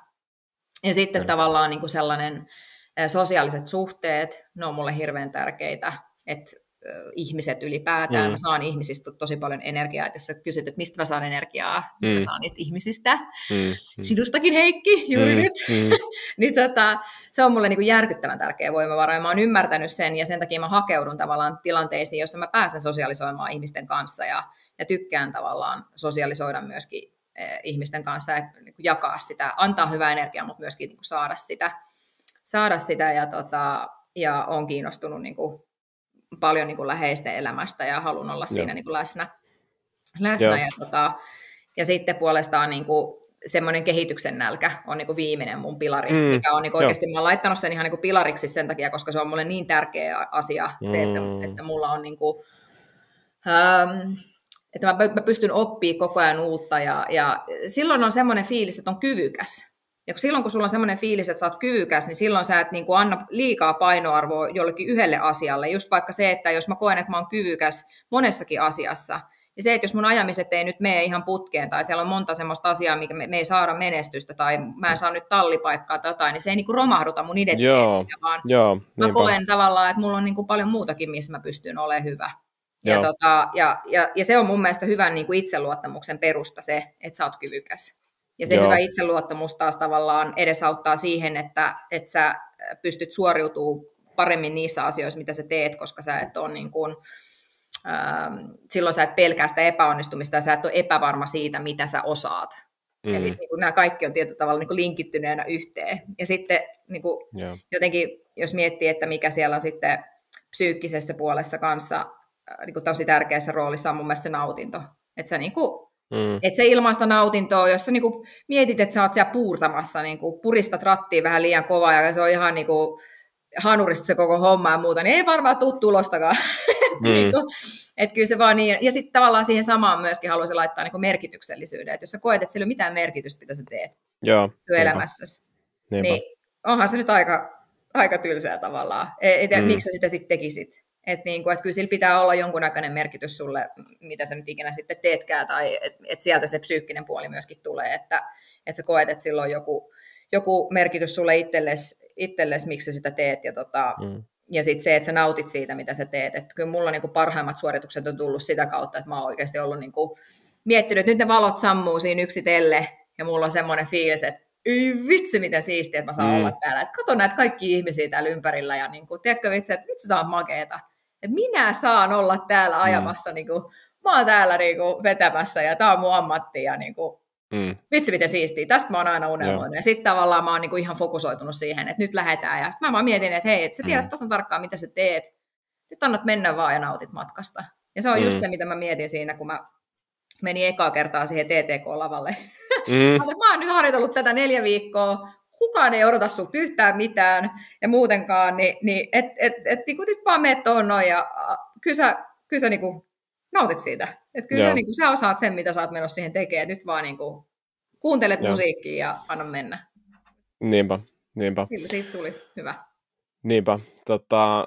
Eilen just yksi asiakas kysyi multa vähän samoja kysymyksiä, mitä mä kysynyt sulta, ja just, että niin kuin mistä tulee niin kuin semmoinen henkinen kantti ja psyykkinen suorituskyky.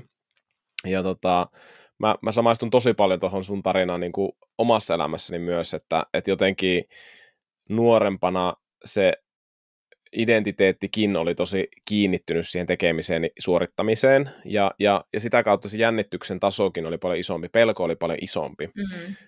Ja sitten myöhemmin ja isona apuna mulla on ollut vaimo, hän on ollut mun psyykkinen valmentaja niin kuin tosi hyvin, ja hän usein sanoo, että jos mulla on joku isompi juttu, niin sanoo, että kun olet oma itsesi, niin silloin sä onnistut. Ja se on jotenkin pystynyt luomaan semmoista suhdetta myös, ja kyllä se nyt itsellekin paljon lasten kautta ja just vaimon kautta on sitten tullut semmoinen käsitys siitä, että on just muutakin, ja niin kuin, se on isoin virhe, jos mä yritän olla jotain muuta, jos mä väännän jotain niin kuin eri tavalla, niin se on se virhe, mikään muu ei ole virhe, ja mulla onkin sellainen niin kuin suosikki, kun mä aloitin yrittäjyyden ja muuta, niin semmoinen suosikki quote, joka on, että if I fail, at least I fail while staring greatly. Ja se on Theodore Roosevelt, ja Man in the Arena on se puhe, semmoinen pitkä puhe, mutta tämä on se lainaus sieltä, niin jotenkin se on se ainut epäonnistuminen, jos ei uskalla niin kuin täysillä olla oma itsensä heittäytyä. Ja jotenkin sussa niin kuin näkyy tämä tosi hienosti, ja mä ihailen sua niin kuin siinä. No, kiitos. Mutta en mä tiedä, siis jotenkin jos joku miettii myös sitä, että kun mä jotenkin, että yhteen sanaan kiteyttänyt sen, että mistä henkinen kantti syntyy, että se on niin kuin onnellisuus. Ja sitten just se mun mielestä pitää niin kuin tavallaan purkaa, että no mitä se onnellisuus tarkoittaa, sehän on jokaiselle niin kuin eri asioita, ja tavallaan, ja just miettii tavallaan, että no mistä se niin kuin oma onnellinen perusta koostuu. Että se on niin kuin semmoinen kysymys, minkä mä yleensä haluan, tai esitänkin tavallaan sellaisille vaikka kavereille, jotka urheilee, niin heidän kanssa on jotenkin niin kuin jutellut tavallaan henkisestä paineesta. Ja toinen kysymys, minkä mä esitän, on se, että ketä varten sä niin kuin urheilet. Just tavallaan se merkityksellisyys. Että jos sä alat urheilee niin kuin koko Suomen kansalle, ja sä niin kuin keräät itselle sellaisia paineita, mitä sun ei tarvitse edes ottaa, tai mitä sulle ei edes niin kuin kuulu, niin kyllähän sä teet siitä sun matkasta niin kuin aika vaikean loppupeleissä. Että se on mun mielestä tosi tärkeää ymmärtää, niin kuin, että niin kuin se perspektiivi hakee siihen niin kuin kokonaisuuden ympärille, ja mun mielestä TED Talkissa on hyvä tämmöinen Sean Acker, onnellisuustutkija, on niin kuin todennut, semmoinen 20 minuuttinen, hänellä on siellä yksi TED Talkin kaikkien aikojen kuunnelluimpia showta, niin hän on todennut just, että menestys lähtee onnellisuudesta, eikä toisinpäin.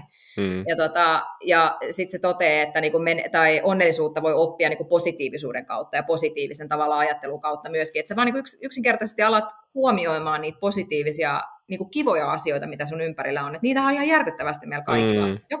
Joka päivä, joka niinku paikassa niitä on olemassa. Mutta se on vaan, että pistät sä ne merkille vai et sä pistää. Laitat sä sun energiassa enemmän niihin niinku negatiivisiin asioihin tai niihin, mitkä on jollain tavalla niinku haasteita, vai keskityt sä niihin, niinku, mitkä vie ja draivaa positiivisesti eteenpäin.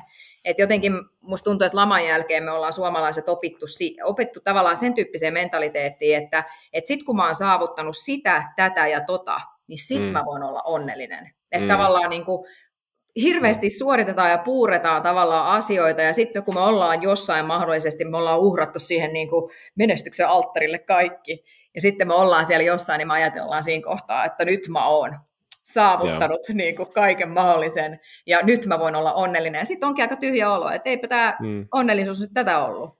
Ja itse olen ainakin kokenut, että se on just toistepäin, että just se, että sitten itse asiassa mulla on mahdollisuus saavuttaa se kaikki, kun mä oon jo valmiiksi onnellinen. Koska silloin mun niin kuin keho ja mieli ja kaikki on valmiina siihen, että mä pystyn saamaan itsestäni sen kaiken irti. Mä oon vastaanottavainen. Mulla on niin kuin vastaanottimet hereillä ja kaikki aistit on hereillä ja mun keho on niin kuin loppuunsa viritetty siinä kohtaa, kun mä oon niin kuin jo ymmärtänyt sen, että tavallaan se mun onnellisuus koostuu niin kuin hyvin monesta muustakin asiasta, ja mulla on niin kuin se mun identiteetti koostuu monista eri asioista ja näin. Niin.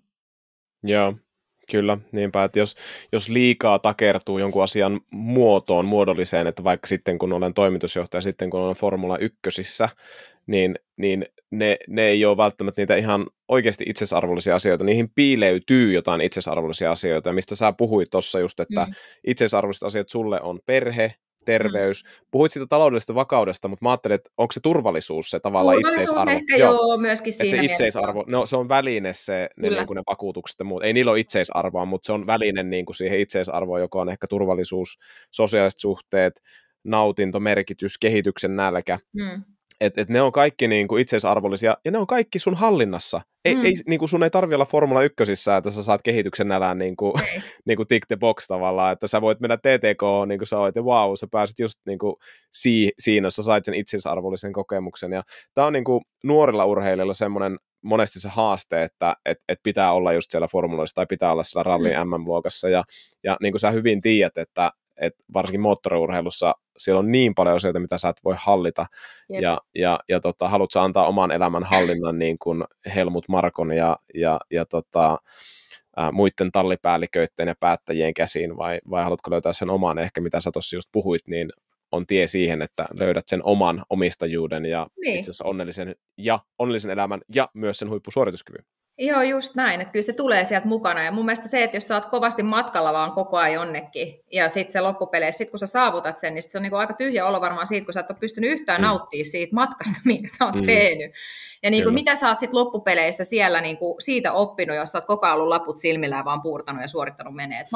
Mä oon ollut tosi kova suorittaja, ja tavallaan mä oon päässyt siitä suorittamisesta nimenomaan niinku pois, että saamalla sitä perspektiiviä siitä niinku tavallaan vanhemmuudesta ja sitä kokonaisuutta, mitä siinä on ollut, että se on ollut kyllä niin kuin isoin oivallus, mitä tässä on tullut niin kuin ylipäätään, mikä on sitten heijastunut totta kai urheiluun ja muuhunkin elämään ja niin kuin työelämään ja kaikkea, mutta joo, tuo politiikka on kyllä, siitä on kyllä saanut itsekin oman osansa aina tässä ajamisessa, että missään nimessä asiat ei mene silleen, kun sä itse haluut hirveän useastikaan, tai melkeinpä koskaan. Ja sitten se, että on aika karua olla niin kuin varsinkin nuori urheilija, ja sä oot tosi vahvasti matkalla jossain, sulle on tehty sellaisia, joku muu on tehnyt sulle sellaisia niin kuin 5 vuoden suunnitelmia, että managerit tehty vääntänyt, että sitten sä ajat tässä, ja sitten 2 vuoden päästä sä oot tossa, ja sitten sä oot tuolla, ja näin, ja tämä on se meidän niin kuin matka, mikä me tässä tehdään, ja sitten sä niin kuin oot onnistunut siinä, että sä oot saanut sun ensimmäisen ammattilaispestin, ja sä oot 18-vuotias, ja sä meet sinne, ja oot innoissasi, ja meet tapaamaan uutta tallipäällikköä, ja sut on niin kuin laitettu vaan johonkin, että sulta on kysytty yhtään mitään, että mihin tiimiin tai mihin sarjaan, vaan sut vaan niin kuin laitetaan sinne. Sitten sä meet, ja sitten sä tuutkin siinä sellaiseen tilanteeseen vastaan, missä sä huomaat hyvin nopeasti, että itse asiassa sua ei haluta sinne. Ja ne ei usko suhun. Vaan he on vaan niin kuin, sut on vaan laitettu sinne, koska joku muu on niin päättänyt, mutta itse asiassa siellä on sitten joku ihan oma poliittinen peli meneillään siitä, että kuka saa menestyä ja kuka ei. Ja sitten tavallaan tässä lajissa on myöskin ollut niin kuin, aika vahvasti stereotypioita, ja on edelleen stereotypioita vahvasti. Ja niillä on niin kuin tosi pitkä historia. Ja niistä on ollut tavallaan se, että mä en pysty hallitsemaan niitä, mitä joku henkilökohtaisesti itse ajattelee, koska se perustuu aina niin kuin johonkin kokemukseen ja mielikuviin ja kasvatukseen ja tämän tyyppisiin asioihin. Niin mä en ole myöskään ottanut siitä hirveästi stressiä, että jos joku on sitten niin kuin, mitä henkilökohtaisesti he ovat vaikka stereotypioista tai vaikka naiset ratissa aihealueesta olleet mieltä. Mutta tavallaan kun se iskee niin kuin päin näköä sit ton tyyppisissä paikoissa, missä sä meet nuorena ja ajattelet, että nyt mä täällä niin kuin näytän kaikille ja mä menestyn täällä, ja sitten sä yhtäkkiä huomaatkin, että sun autoa sabotoidaan ja sulla ei ole itse asiassa niin kuin minkäännäköistä mahdollisuutta siihen, että sä saisit menestyä, ja ehkä törmäät niin kuin kiusaamista ja kaikkea muuta niin kuin henkistä tavallaan musertamista, niin niin se on niin kuin silleen kova paikka, että sä ensinnäkin alat miettiä, että miksi kukaan tekisi mitään tällaista, että mitä ne saa tästä, ja sitten toisekseen, niin kyllä se niin alkaa jossain vaiheessa, kun sitä tarpeeksi kauan niin tapahtuu, niin alkaa miettiä, niin kuin, että onko mä ihan huono, että eikö mä osaakaan enää ajaa, ja että onko se sitten vaan minä kuitenkin, ja näin, kunnes sitten jossain muualla ehkä niin todistat itsellesi ja kaikille muille, että ei se ei ollut minä. Mutta tämä on niin sellainen laji, missä oot sä sit nainen tai mies, että se ei liity mun sukupuoleen välttämättä, vaan on kuullut, että on paljon niin kuin, miehetkin kokee totta kai sitä politiikkaa, ja kyse on niin kuin rahasta ja erinäköisistä yhteistyökumppaneista, joskus kyse on niin kuin kansalaisuudesta ja tämän tyyppisistä asioista, että kuka saa menestyä ja kuka ei. Niin se on aika kova koulu siinä mielessä, koska se sun oma suorituskyky ja se suorittaminen ei olekaan se avain kaikkeen, vaan sit sun pitää pystyä luoviin siellä ihmisten kanssa, jotka sua ei sinne haluaa ja jotka niinku tekee sun elämän hankalaksi, sun on silti vaan pakko olla siellä ja yrittää niinku vaan miettiä, että no miten tästä niinku eteenpäin ja ei voi luovuttaa ja muurit rakennetaan eteen ja sitten pitää alkaa vaan niinku miettiä, että mihin sä käytät sen sun energiaa ja miten sä rakennat oven siihen ja miten sä pystyt siitä huolimatta tekee edes jotain, joka niinku edesauttaisi sitä, että sulla on jatkossakin töitä. Joo. Kova koulu. Niinpä, ja sussa on niinku tämä niinku ratkaisukeskeisyys ja omistajuus on tosi vahva piirre jotenkin, ja tosi vaikeita tilanteita on ollut, ja silti olet jotenkin kääntänyt sen sivuun ja mennyt eteenpäin. Ja jos ajatellaan mielenterveyttä, niin tämmöinen psykiatri Paul Conti totesi, että 2 tärkeintä pilaria mielenterveyteen on toimijuus, agency, ja kiitollisuus, gratitude. Ja puhuit positiivisuudesta ja miten voit nähdä positiivisia ympärillä, ja nämä on tosi tärkeitä niin kuin semmoisia inhimillisiä, tai tosi tärkeitä inhimillistä valuuttaa molemmat, tämä toimijuus ja positiivisuus, ja mä ajattelin sitten, että niin kuin naisena moottoriurheilussa molemmat voi olla aika vaikeita. Ja mitä sä oot kuitenkin tämän, niin kuin, sä oot aika uraurtaja, ja mä uskon, että esikuva tosi monelle niin kuin naismoottoriurheilijalle, että se oli pikkusen hankalampaa se aika vielä silloin, kun sä olit 18-vuotias, niin mitä sulla on siitä sanottavaa, että minkälaisia haasteita sulla on ollut naisena moottoriurheilussa, ja miten sä oot kääntänyt niitä kuitenkin sitten eteenpäin? No ehkä siis se on just ollut että kun tämä on kuitenkin niin kuin stereotypiat tavallaan naisista kuskeina, niitähän niin kuin löytyy ihan valtavasti, ja tuntuu, että se on ollut aina aikaisemminkin sellainen, mistä on ollut hirveän vahvoja mielipiteitä ihmisillä, ja stereotypioita, eli ennakkokäsityksiä joistakin, että sulla on ollut joku ennakko-olettama, joka ei välttämättä perustu niin kuin mihinkään, se on vaan joku semmoinen, niin kuin, että en ole juonut maitoa enkä juo, tyyppisesti, ja sä oot ajatellut vaikka nyt niin, että naiset on paskoja kuskeja ja piste.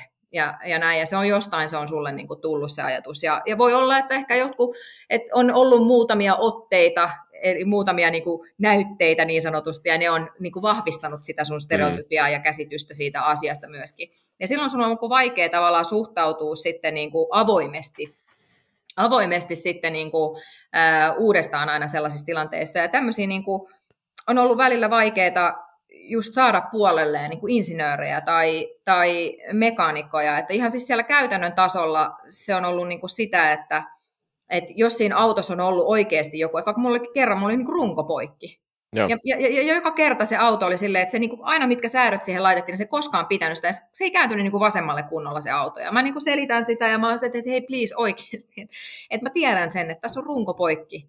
Että mä tiedän sen niin kuin aikaisemmasta jo, että tässä on joku murtuma tai joku, että tämä ei pidä. Niin kuin, ja mä sanoin, että laita se nyt tuohon niin kuin noille vaoille ja katsotaan ja huomataan, että taas on kulmapainot mennyt niin kuin pieleen. Ja ne ei niin kuin mitenkään ei halua niin kuin uskoa sitä tilannetta. Ja en mä tiedä sitten se niin kuin uskottavuus tavallaan tuossa, että se, että sä pystyisit niin kuin olemaan siinä tilanteessa, että mä oon ehkä saavuttanut sen vasta myöhemmin. Ja nytkin, kun tämä aika on muuttunut, niin se, että mitä mä sanon nyt, niin sillä on painoarvoa versus se, mitä mä oon sanonut joskus niin kuin aikaisemmin. Että tavallaan, ja sitten tietenkin se, että joskus kun menee uusiin sarjoihin tai muuta, niin aikaisemmin, siis kun oli nuorempi ja vielä tätä diversiteettiä ja tasa-arvokeskustelua ei olla käyty niin kuin näin vahvasti ja se ei ole ollut niin kuin muutoksessa ja murroksessa vielä, niin silloin esimerkiksi just niin kuin, tavallaan radallakin sen oman niin kuin, tai sen kunnioituksen saaminen on niin kuin, ollut tavallaan aina niin kuin tekojen kautta. Ja kaikki on aina ollut tekojen kautta. Että mitään niin kuin valmista et ole koskaan saanut, vaan aina on pitänyt lunastaa. Ja se on mun mielestä ollut siis sairaan hyvä juttu. Mä oon niin kuin tykännyt siitä joka kerta. Joo. Mä oon niin kuin kääntänyt sen niin, että se on ollut mun mielestä se niin kuin yksi tämän koko niin kuin lajin suola mulle. Just se, että muhun ei uskota, ja sitten pääsen pudottaa sen pommin. Ja sitten tavallaan se, se niin kuin luottamus ja niin kuin, ehkä se, mitä mä oon sit siitä saanut, että porukka on, sen jälkeen ne on, niin kuin, niillä on leuat loksahtanut, ja sitten me ollaan pystytty alkaa keskustelemaan, niin se on ollut paljon vahvempi se luottamussuhde, minkä mä oon sitä kautta onnistunut tekemään, kuin se, mikä olisi ollut niin kuin ennakko-olettamalta saatavissa. Mä oon tykännyt siitä. Ja sitten se, että kyllähän se on aina ollut hauska nähdä ihmisten ilmeitä ja sitä asennemuutosta, ja se on antanut tietyllä tavalla jotain sellaista pientä niin kuin, lisämotivaatioa aina myöskin, että mä oon niin kuin ehkä kokenut enemmänkin, että joka kerta kun mä oon huomannut, että kun mä oon puhunut jostain vaikka auton säädöistä tai muuta, ja mä en ole vielä ajanut, niin sitten mä huomaan, kun se menee niin kuin toisesta sisään ja toisesta ulos sille insinöörille, ja se pyörittelee vaikka vähän silmiä, ja on silleen niin kuin, mitä sinäkin mistään tiedät tyyppisesti. Ja sitten mä oon ollut vaan hiljaa siinä ja vähän niin kuin nauraskellut sitä tilannetta ja ajatellut, että ootappa vaan kuulee. Ja sitten kun mä menen ajaa ja sitten mä pistän sinne ne hyvät kierrokset ja datat ja kaikki, ja sitten sen jälkeen huomannut sen, että okei, että niin nyt voidaan keskustella. Ja sitten mä sanoin, että okei, onko meidän vertailudataa? Sitten sanoin, että ei meillä oikein ole, kun tämä on nyt nopein kierros, mikä heillä on koskaan laitettu tänne radalle niin kuin heidän dataan. Ja sitten mä olen vaan, kappas, kuinkas näin kävikään. Joo, nyt toi aika, antaa tekojen puhua puolestaan. Eikö nimenomaan, mä oon aina ollut sitä mieltä, että antaa tekojen puhua puolestaan, ja mä oon niin kuin pistänyt nimenomaan kaikki tavallaan sellaiset vihapuheet ja tytöttelyt ja kaikki, mä en olisi jäänyt niihin kiinni, mä en edes muista, mitä mulla on sanottu, koska ne menee vaan suoraan tosta ja niin kuin ulos vaan toisesta. Että se on ollut kyllä mun mielestä semmoinen hyvä voimavara, mikä on ollut.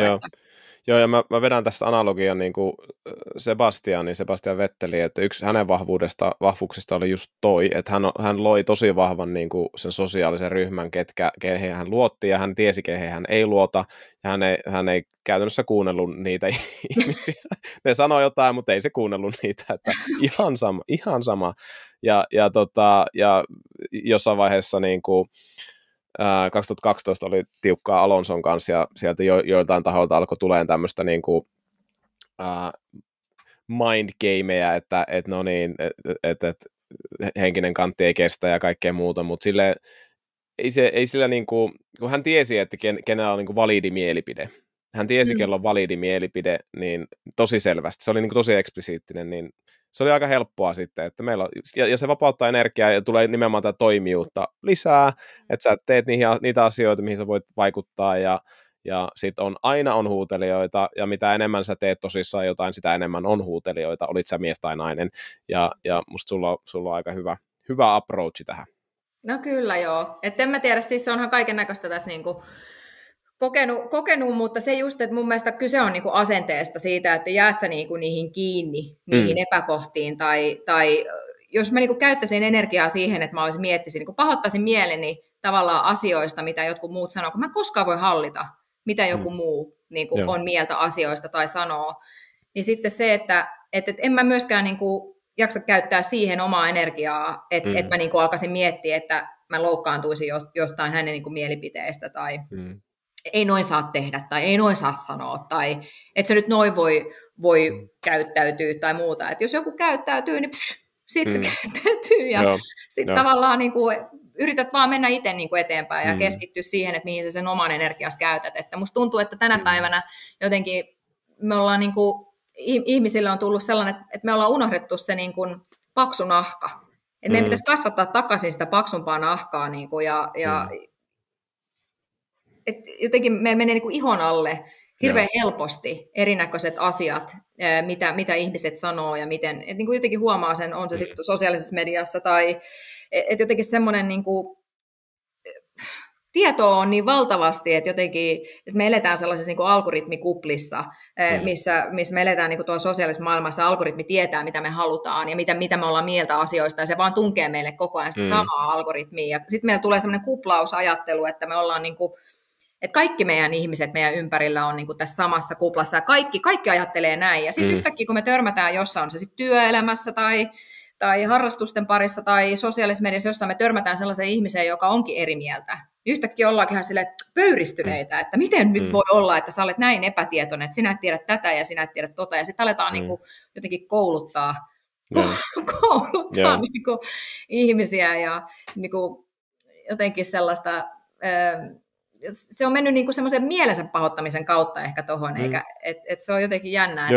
Mä uskon, että se osatekijä on siitä tosiaan se, että meillä tulee semmoinen kuplautumisajatus kyllä. siitä niinku todellisuudesta, missä me muka täällä eletään. Että et pitäisi vaan ihmisille niinku kasvattaa paksumpi nahka ja keskittyä niinku oleelliseen ja jättää ne epäolennaiset asiat niinku ymmärtää, että asiat on asioita ja mielipiteet on mielipiteitä. Ja sitten just vähän niin kuin sä sanoit, että Sebastian Vettel tiesi, että mitkä on oleellisia mielipiteitä, että kenellä on niin kuin valideja mielipiteitä. Tästä siitä mistäkin asiasta. Että juuri näin. Kyllä, että niitä on eri ihmisiä eri asioihin. Juuri näin. Se on totta kai luonnollista, että jos joku kiusaa sinua, se ei tunnu hyvältä, mutta mitä kiusaaja haluaa on reaktion.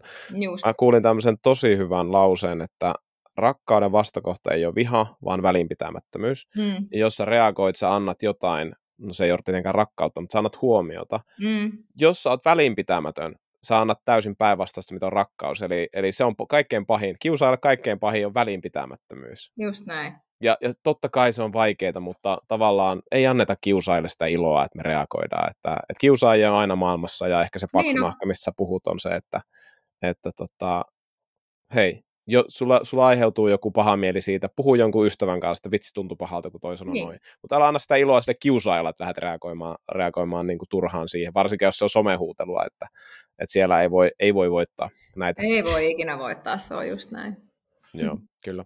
Mutta hei, aika alkaa loppua, mutta mä halusin kuulla sulta, että niin kuin, mikä on sun uran kohokohta ja toisaalta low point, että jos lopuksi niin kuin, sellaiset, että mikä on semmoinen isoin kohokohta ja mikä on semmoinen ihan eniten low point, jos niistä muutaman lauseen vielä No jollain tavalla, niin kuin mä sanoin jo tuossa aikaisemmin, se kohokohta on tietenkin ollut se comeback ja pystynyt tulemaan jotenkin se iso myllerys, mitä sen ympärillä oli ja ne isot oivallukset. Mutta sitten taas toisaalta kyllä mä niin koen, että jotenkin mä oon aitiopaikalta tässä nyt seurannut. Mä en ole siis mitenkään... En ole ottanut sellaista niin sanottua aktivistiroolia missään vaiheessa siitä, että mä puhuisin kauheasti tavallaan tästä diversiteettimuutoksesta tai tasa-arvomuutoksesta, mitä tällä hetkellä on hyvin vahvasti eletty MeToon jälkeen ja muuta, mikä ylipäätään on lähtenyt siis tosi globaalisti kaikilla aloilla menemään eteenpäin, ainakin täällä länsimaisissa kulttuureissa. Toki myöskin muuallakin pikkuhiljaa otetaan askeleita, mutta kyllä täytyy siitä huolimatta jotenkin, on ehkä ymmärtänyt vasta W-Seriesin jälkeen sen roolin, mitä on ensinnäkin, minkälaisessa roolissa itse on ollut jotenkin tavallaan siinä esikuvana, että mitä on tehnyt, niin miten se on vaikuttanut vaikka tavallaan siihen ihmisten mielipiteisiin tai tekoihin tai ajatuksiin.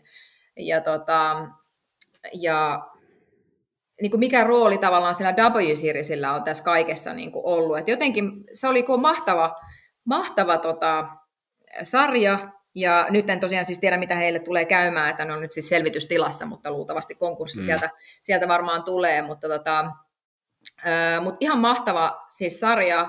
Oli jollain tavalla kohokohta olla osana semmoista, vaikkakin aina on halunnut olla paras kuski.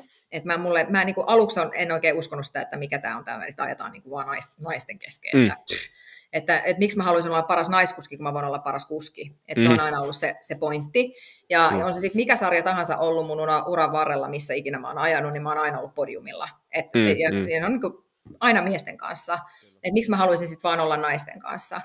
Mutta jotenkin he onnistuivat kyllä järjestämään niin upean tavallaan brändin ja upean sarjan, ja jotenkin siinä vasta alkoi ymmärtää tätä, että mikä rooli on sillä, että heidän slogani menee niin, että you can't be what you can't see.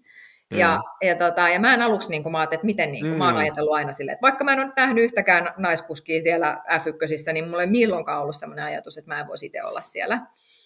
Mutta sitten mä ymmärsin, että mitä se tarkoittaa isossa kuvassa, ja se oli aika makea tavallaan jotenkin olla osa ton tyyppistä niin kuin, liikettä. Mä sanoisin, että se on niin kuin movement.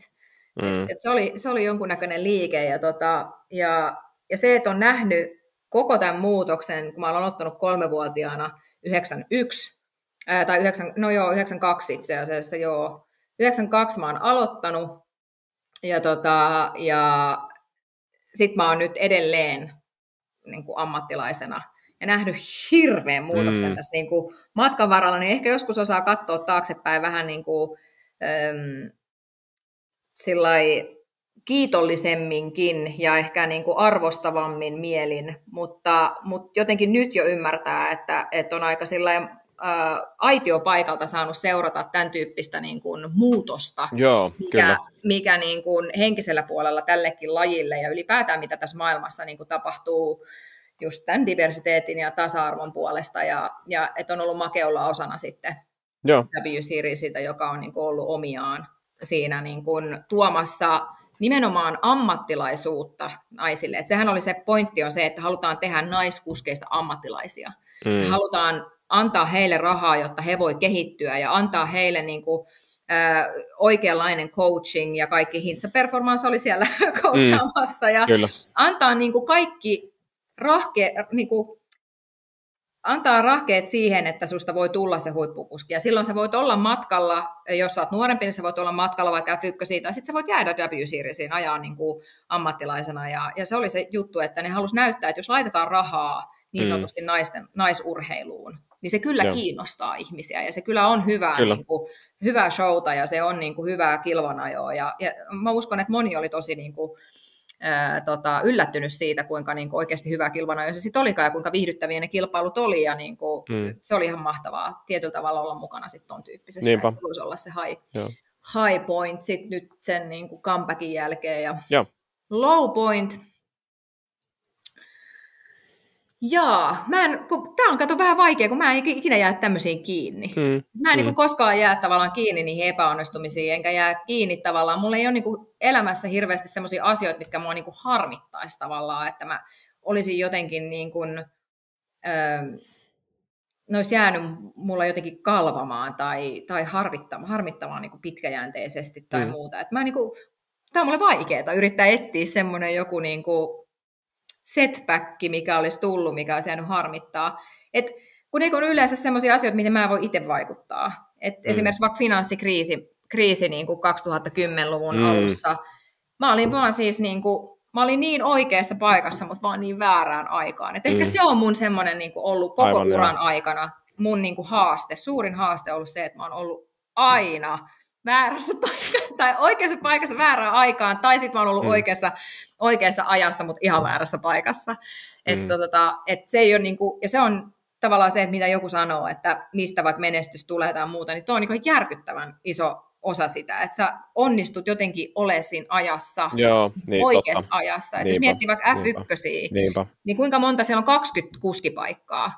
Niin se, että milloin sä oot niinku kuskina, kun sä oot siellä varakuskina kärkkymässä, tai sä oot jotenkin, milloin sä oot tullut sieltä niin kuin F2 niin kuin tavallaan, tai F3, F2-putkesta ulos, että onnistut sä just siihen saumaan sun ikäluokalla ja sillä sun kokemuksella ja muuta, milloin sä pääset siihen vapaaseen paikkaan, joka sattuu olemaan auki siellä kerran 3 vuodessa. Niin kuin, että just se, että milloin, miten sut saadaan sinne, niin se on niin kuin ihan käsittämättömän vaikeaa, kun tulijoita on niin monia. Että se, että sä onnistut siinä, niin se on mun mielestä niin kuin ihan järkyttävän kova juttu. On se sitten niin kuin laji, no varsinkin tässä meidän lajissa, niin järkyttävän kova homma. Et ehkä mulla just se, että mä olin niin kuin, mulla oli paljon ihmisiä, jotka muhun niin kuin usko, kun mä olin just silloin 18 ja oli niin kuin hirveän hyvää tavalla nousujohteista suorittamista niin kuin Pohjois-Euroopan tasolla ja sitten menet niin kuin Euroopan tasolle ja sitten tavallaan tulee tuommoinen niin kuin iso setback siinä, että sut laitetaan tavallaan niin kuin, sä oot niin kuin 2 ison tämmöisen niin kuin, tai oikeastaan sanotaan, että yhden niin kuin autokonsernin 2 toimijan niin kuin poliittinen pelinappula. mihin sä et voi vaikuttaa niin kuin millään tavalla. Ja sitten sen jälkeen, että tapahtuu mitä tapahtuu, ja sä saat selvitettyä sen, että mitä on tapahtunut, niin sit sä et saa enää uutta mahdollisuutta sen takia, koska ei vaan yksinkertaisesti rahaa, koska finanssikriisi. Että sitten tavallaan niin kuin kaikki tössää siihen. Ja sitten niitä kaikkia huijauksia, mitä sen jälkeen on ollut, on ihan järkyttäviä sillä, että pitää, ajopaikka on niin kuin valmis tavallaan Formula 3 ja kaikki pitää olla kunnossa ja yhteistyökumppanit kunnossa, ja sitten manageri menee allekirjoittaa sopimusta, ja sitten niinku tapaamista ei ole ollenkaan esimerkiksi. Että se on vaan huijaus. Sille, että mitä ihmettä, miksi kukaan näkisi sellaista vaivaa, niinku käydä että kuukausitolkulla niinku erinäköisiä keskusteluja, ja niinku, sitten sä alat niinku miettiä, että miksi kukaan käyttää aikaa siihen, ihan vaan sen takia, että sit se on niinku skämmi, josta ei kukaan tietenkään saa mitään. Ja sitten tai sitten se, että sulle tarjotaan se ajopaikka ja kaikkea, ja sitten se vaatiikin alaston kuvat. Tiedätkö siis niinku, what? Yeah. Ja sitten niinku, ihan uskomaton jotenkin tavallaan. Tai että mä sain ehkä semmoinen low pointti voisi nyt olla, että mä sain siis mahdollisuuden tämmöiseen niin kuin, mä kävin siis ihan Renaultin F1-tehtaalla, koska mä menin tapaamaan Erik Pullieria sinne, koska hän oli kuullut musta paljon hyvää, ja mun manageri oli niinku saanut järjestettyä tällaisen tapaamisen sinne. Ja sitten mä sain testin, ja mä sain testit A1 tällaiselle, tai AutoGP, se oli niinku A1-formula, eli vähän kuin F1 yhtä iso, mutta ei minkäännäköisiä ohjaustehostimia tai muutenkaan mitään niinku teknologiaa, eli toisin sanoen ihan saakelin raaka laite, todella raaka fyysisesti laite. Ja mä en ollut siis, tässä nyt oli se, että mä en ollut 1,5 vuoteen ajanut mitään, koska mulla oli ollut tämä tilanne, että oli tämä finanssikriisi ja mitään ei ollut, ja mä olin siis treenannut mutta en ollut siis käytännössä ajanut mitään.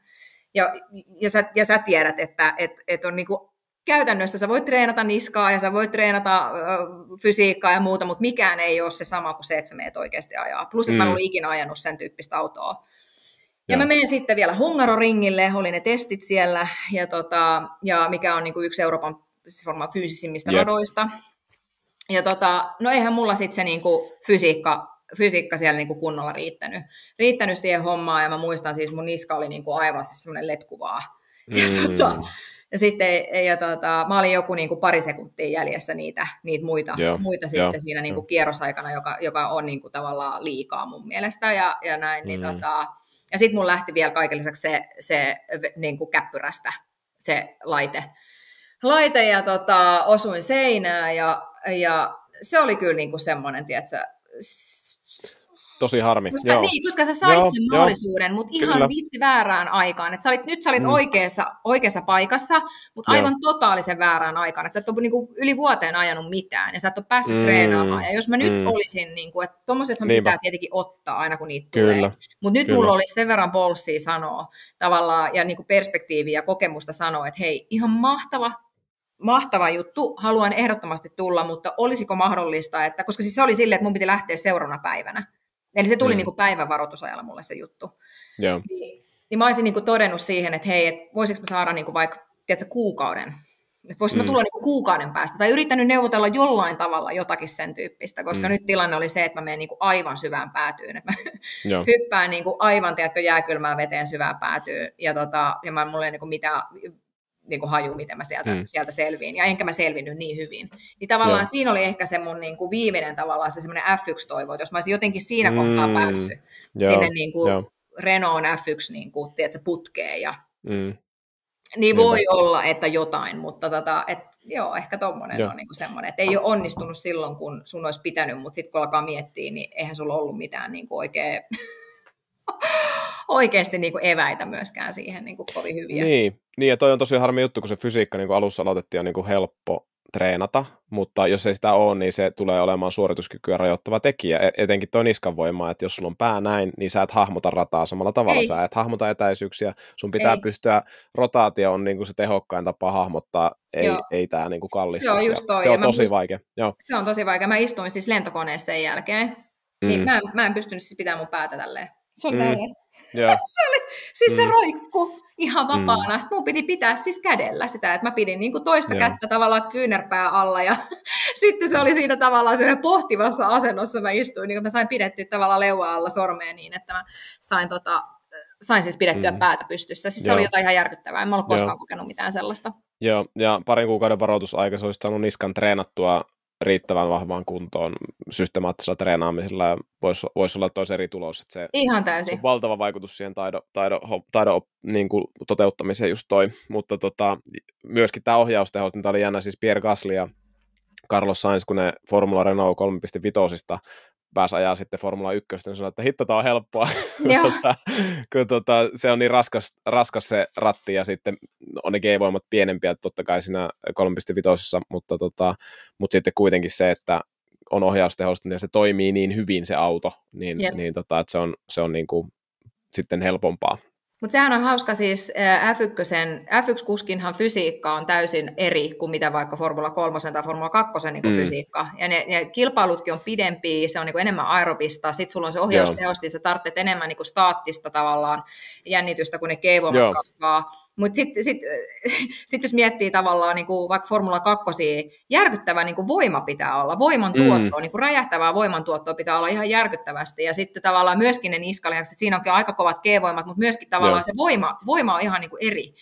Että siinä mä uskon, että niin kuin oikeasti niin kuin, ei kuka tahansa nainen ei pystyisi niin kuin Formula 2 hallitsemaan.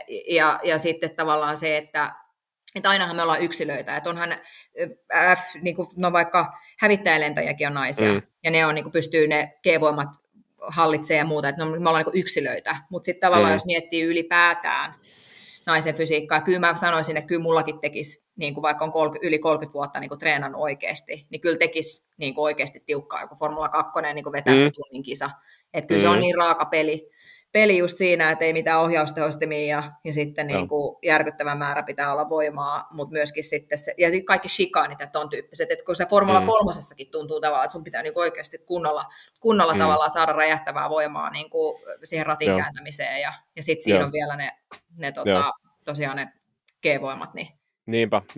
Ja vielä tuosta Hungaroringista, niin kuin sanoit, että se on vaativimpia ratoja, että tämä Hungaroring ja Singapore oli erityisiä ratoja niin kuin coachille, että silloin oli erityinen valmistautuminen niin kuin just niskatreenin kannalta. Aina kun oli Hungaroring tulossa, Singapore tulossa, niin niihin oli niska. Okei, Singapore oli vielä se niin kuin lämpöadaptaatio tosi iso.